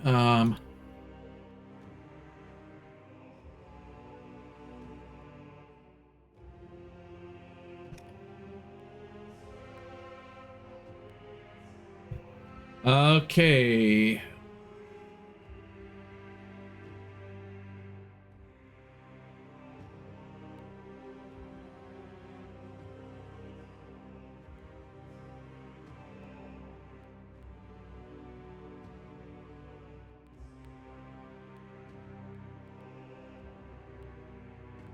I am typing to you.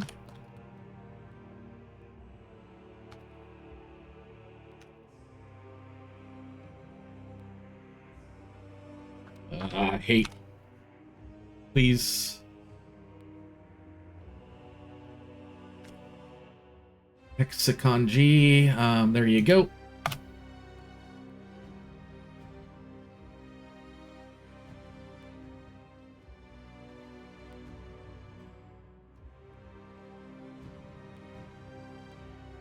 The rest of the three of you, he looks up at you and he says, specifically looking at you, Emberly, it's my belief that the leaders of your sect can confirm what I have told you.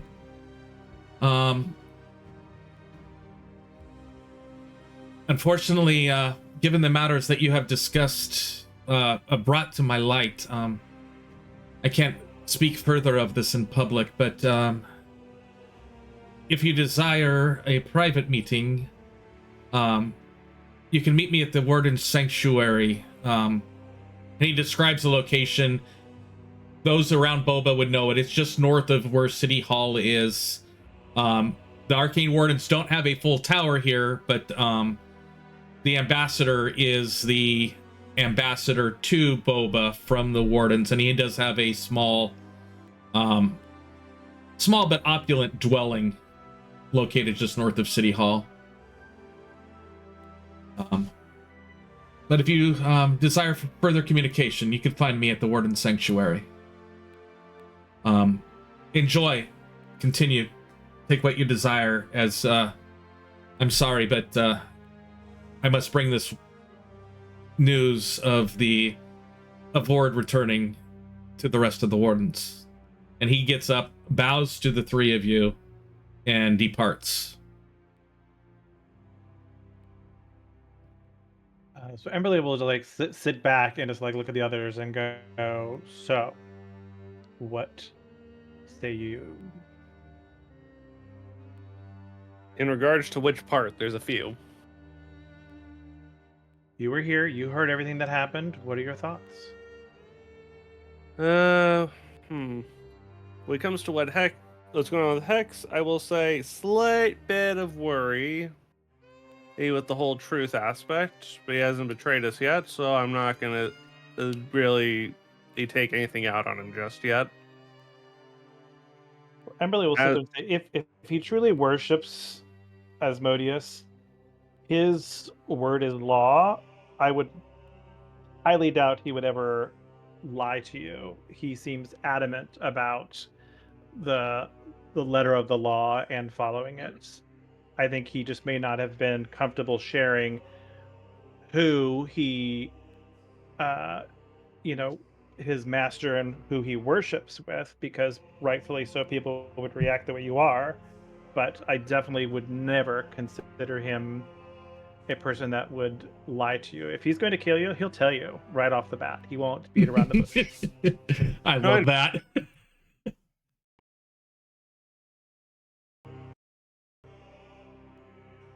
I understand. Letter of the law does not mean does not mean he has to speak complete truth, as he has already proven. When has he said something untruthful? I never said untruthful. I meant avoiding providing the whole truth. There's a difference. It took him till now to mention the whole Asmodean thing. Yes, but would you have said that the first thing as you met us?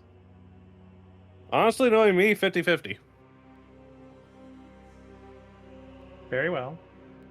What are your thoughts on the agreement, the wardens, and this new threat? The agreement I have no positive or negative feelings towards. If it kept people from dying, that's a good thing. But I'm skeptical what was sacrificed as part of the agreement is what I'm interested in. Like, I don't care if they made a deal. Oh, some guy named Steve down the road and somehow worked. It's what they gave up is what I'm concerned. My only concern is, and I don't know much about these kind of agreements, my concern is if the powers that be agreed to, for say, sacrifice the souls of all of those people within a given amount of time, and they had no say into that, that is a concern. But I recognize the value of thwarting the immediate threat and providing peace to those.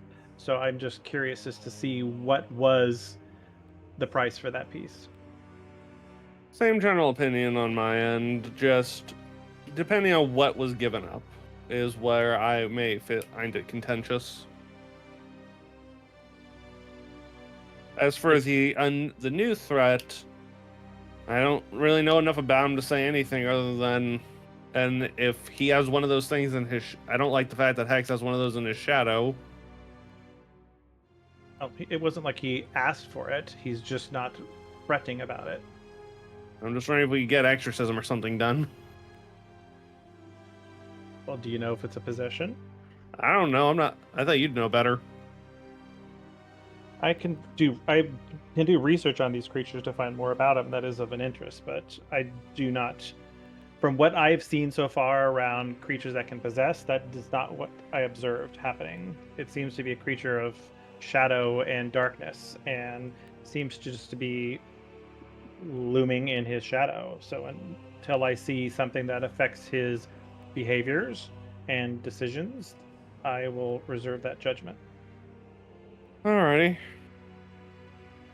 So as Forrest is having issues, what we're going to do is we're going to end the session now. I'm going to end the stream. But I'd like you to use the next week to make your in-character discussions about what happens after the ambassador leaves in the general in-character chat channel in our Discord. Basically, very good discussion that you guys are having here. Basically, I need to have some sort of direction on what the party is thinking about doing so I can prepare for next Thursday's session based off the information that you currently have. Does that make sense? Yeah. I'm going to go ahead and click on in stream.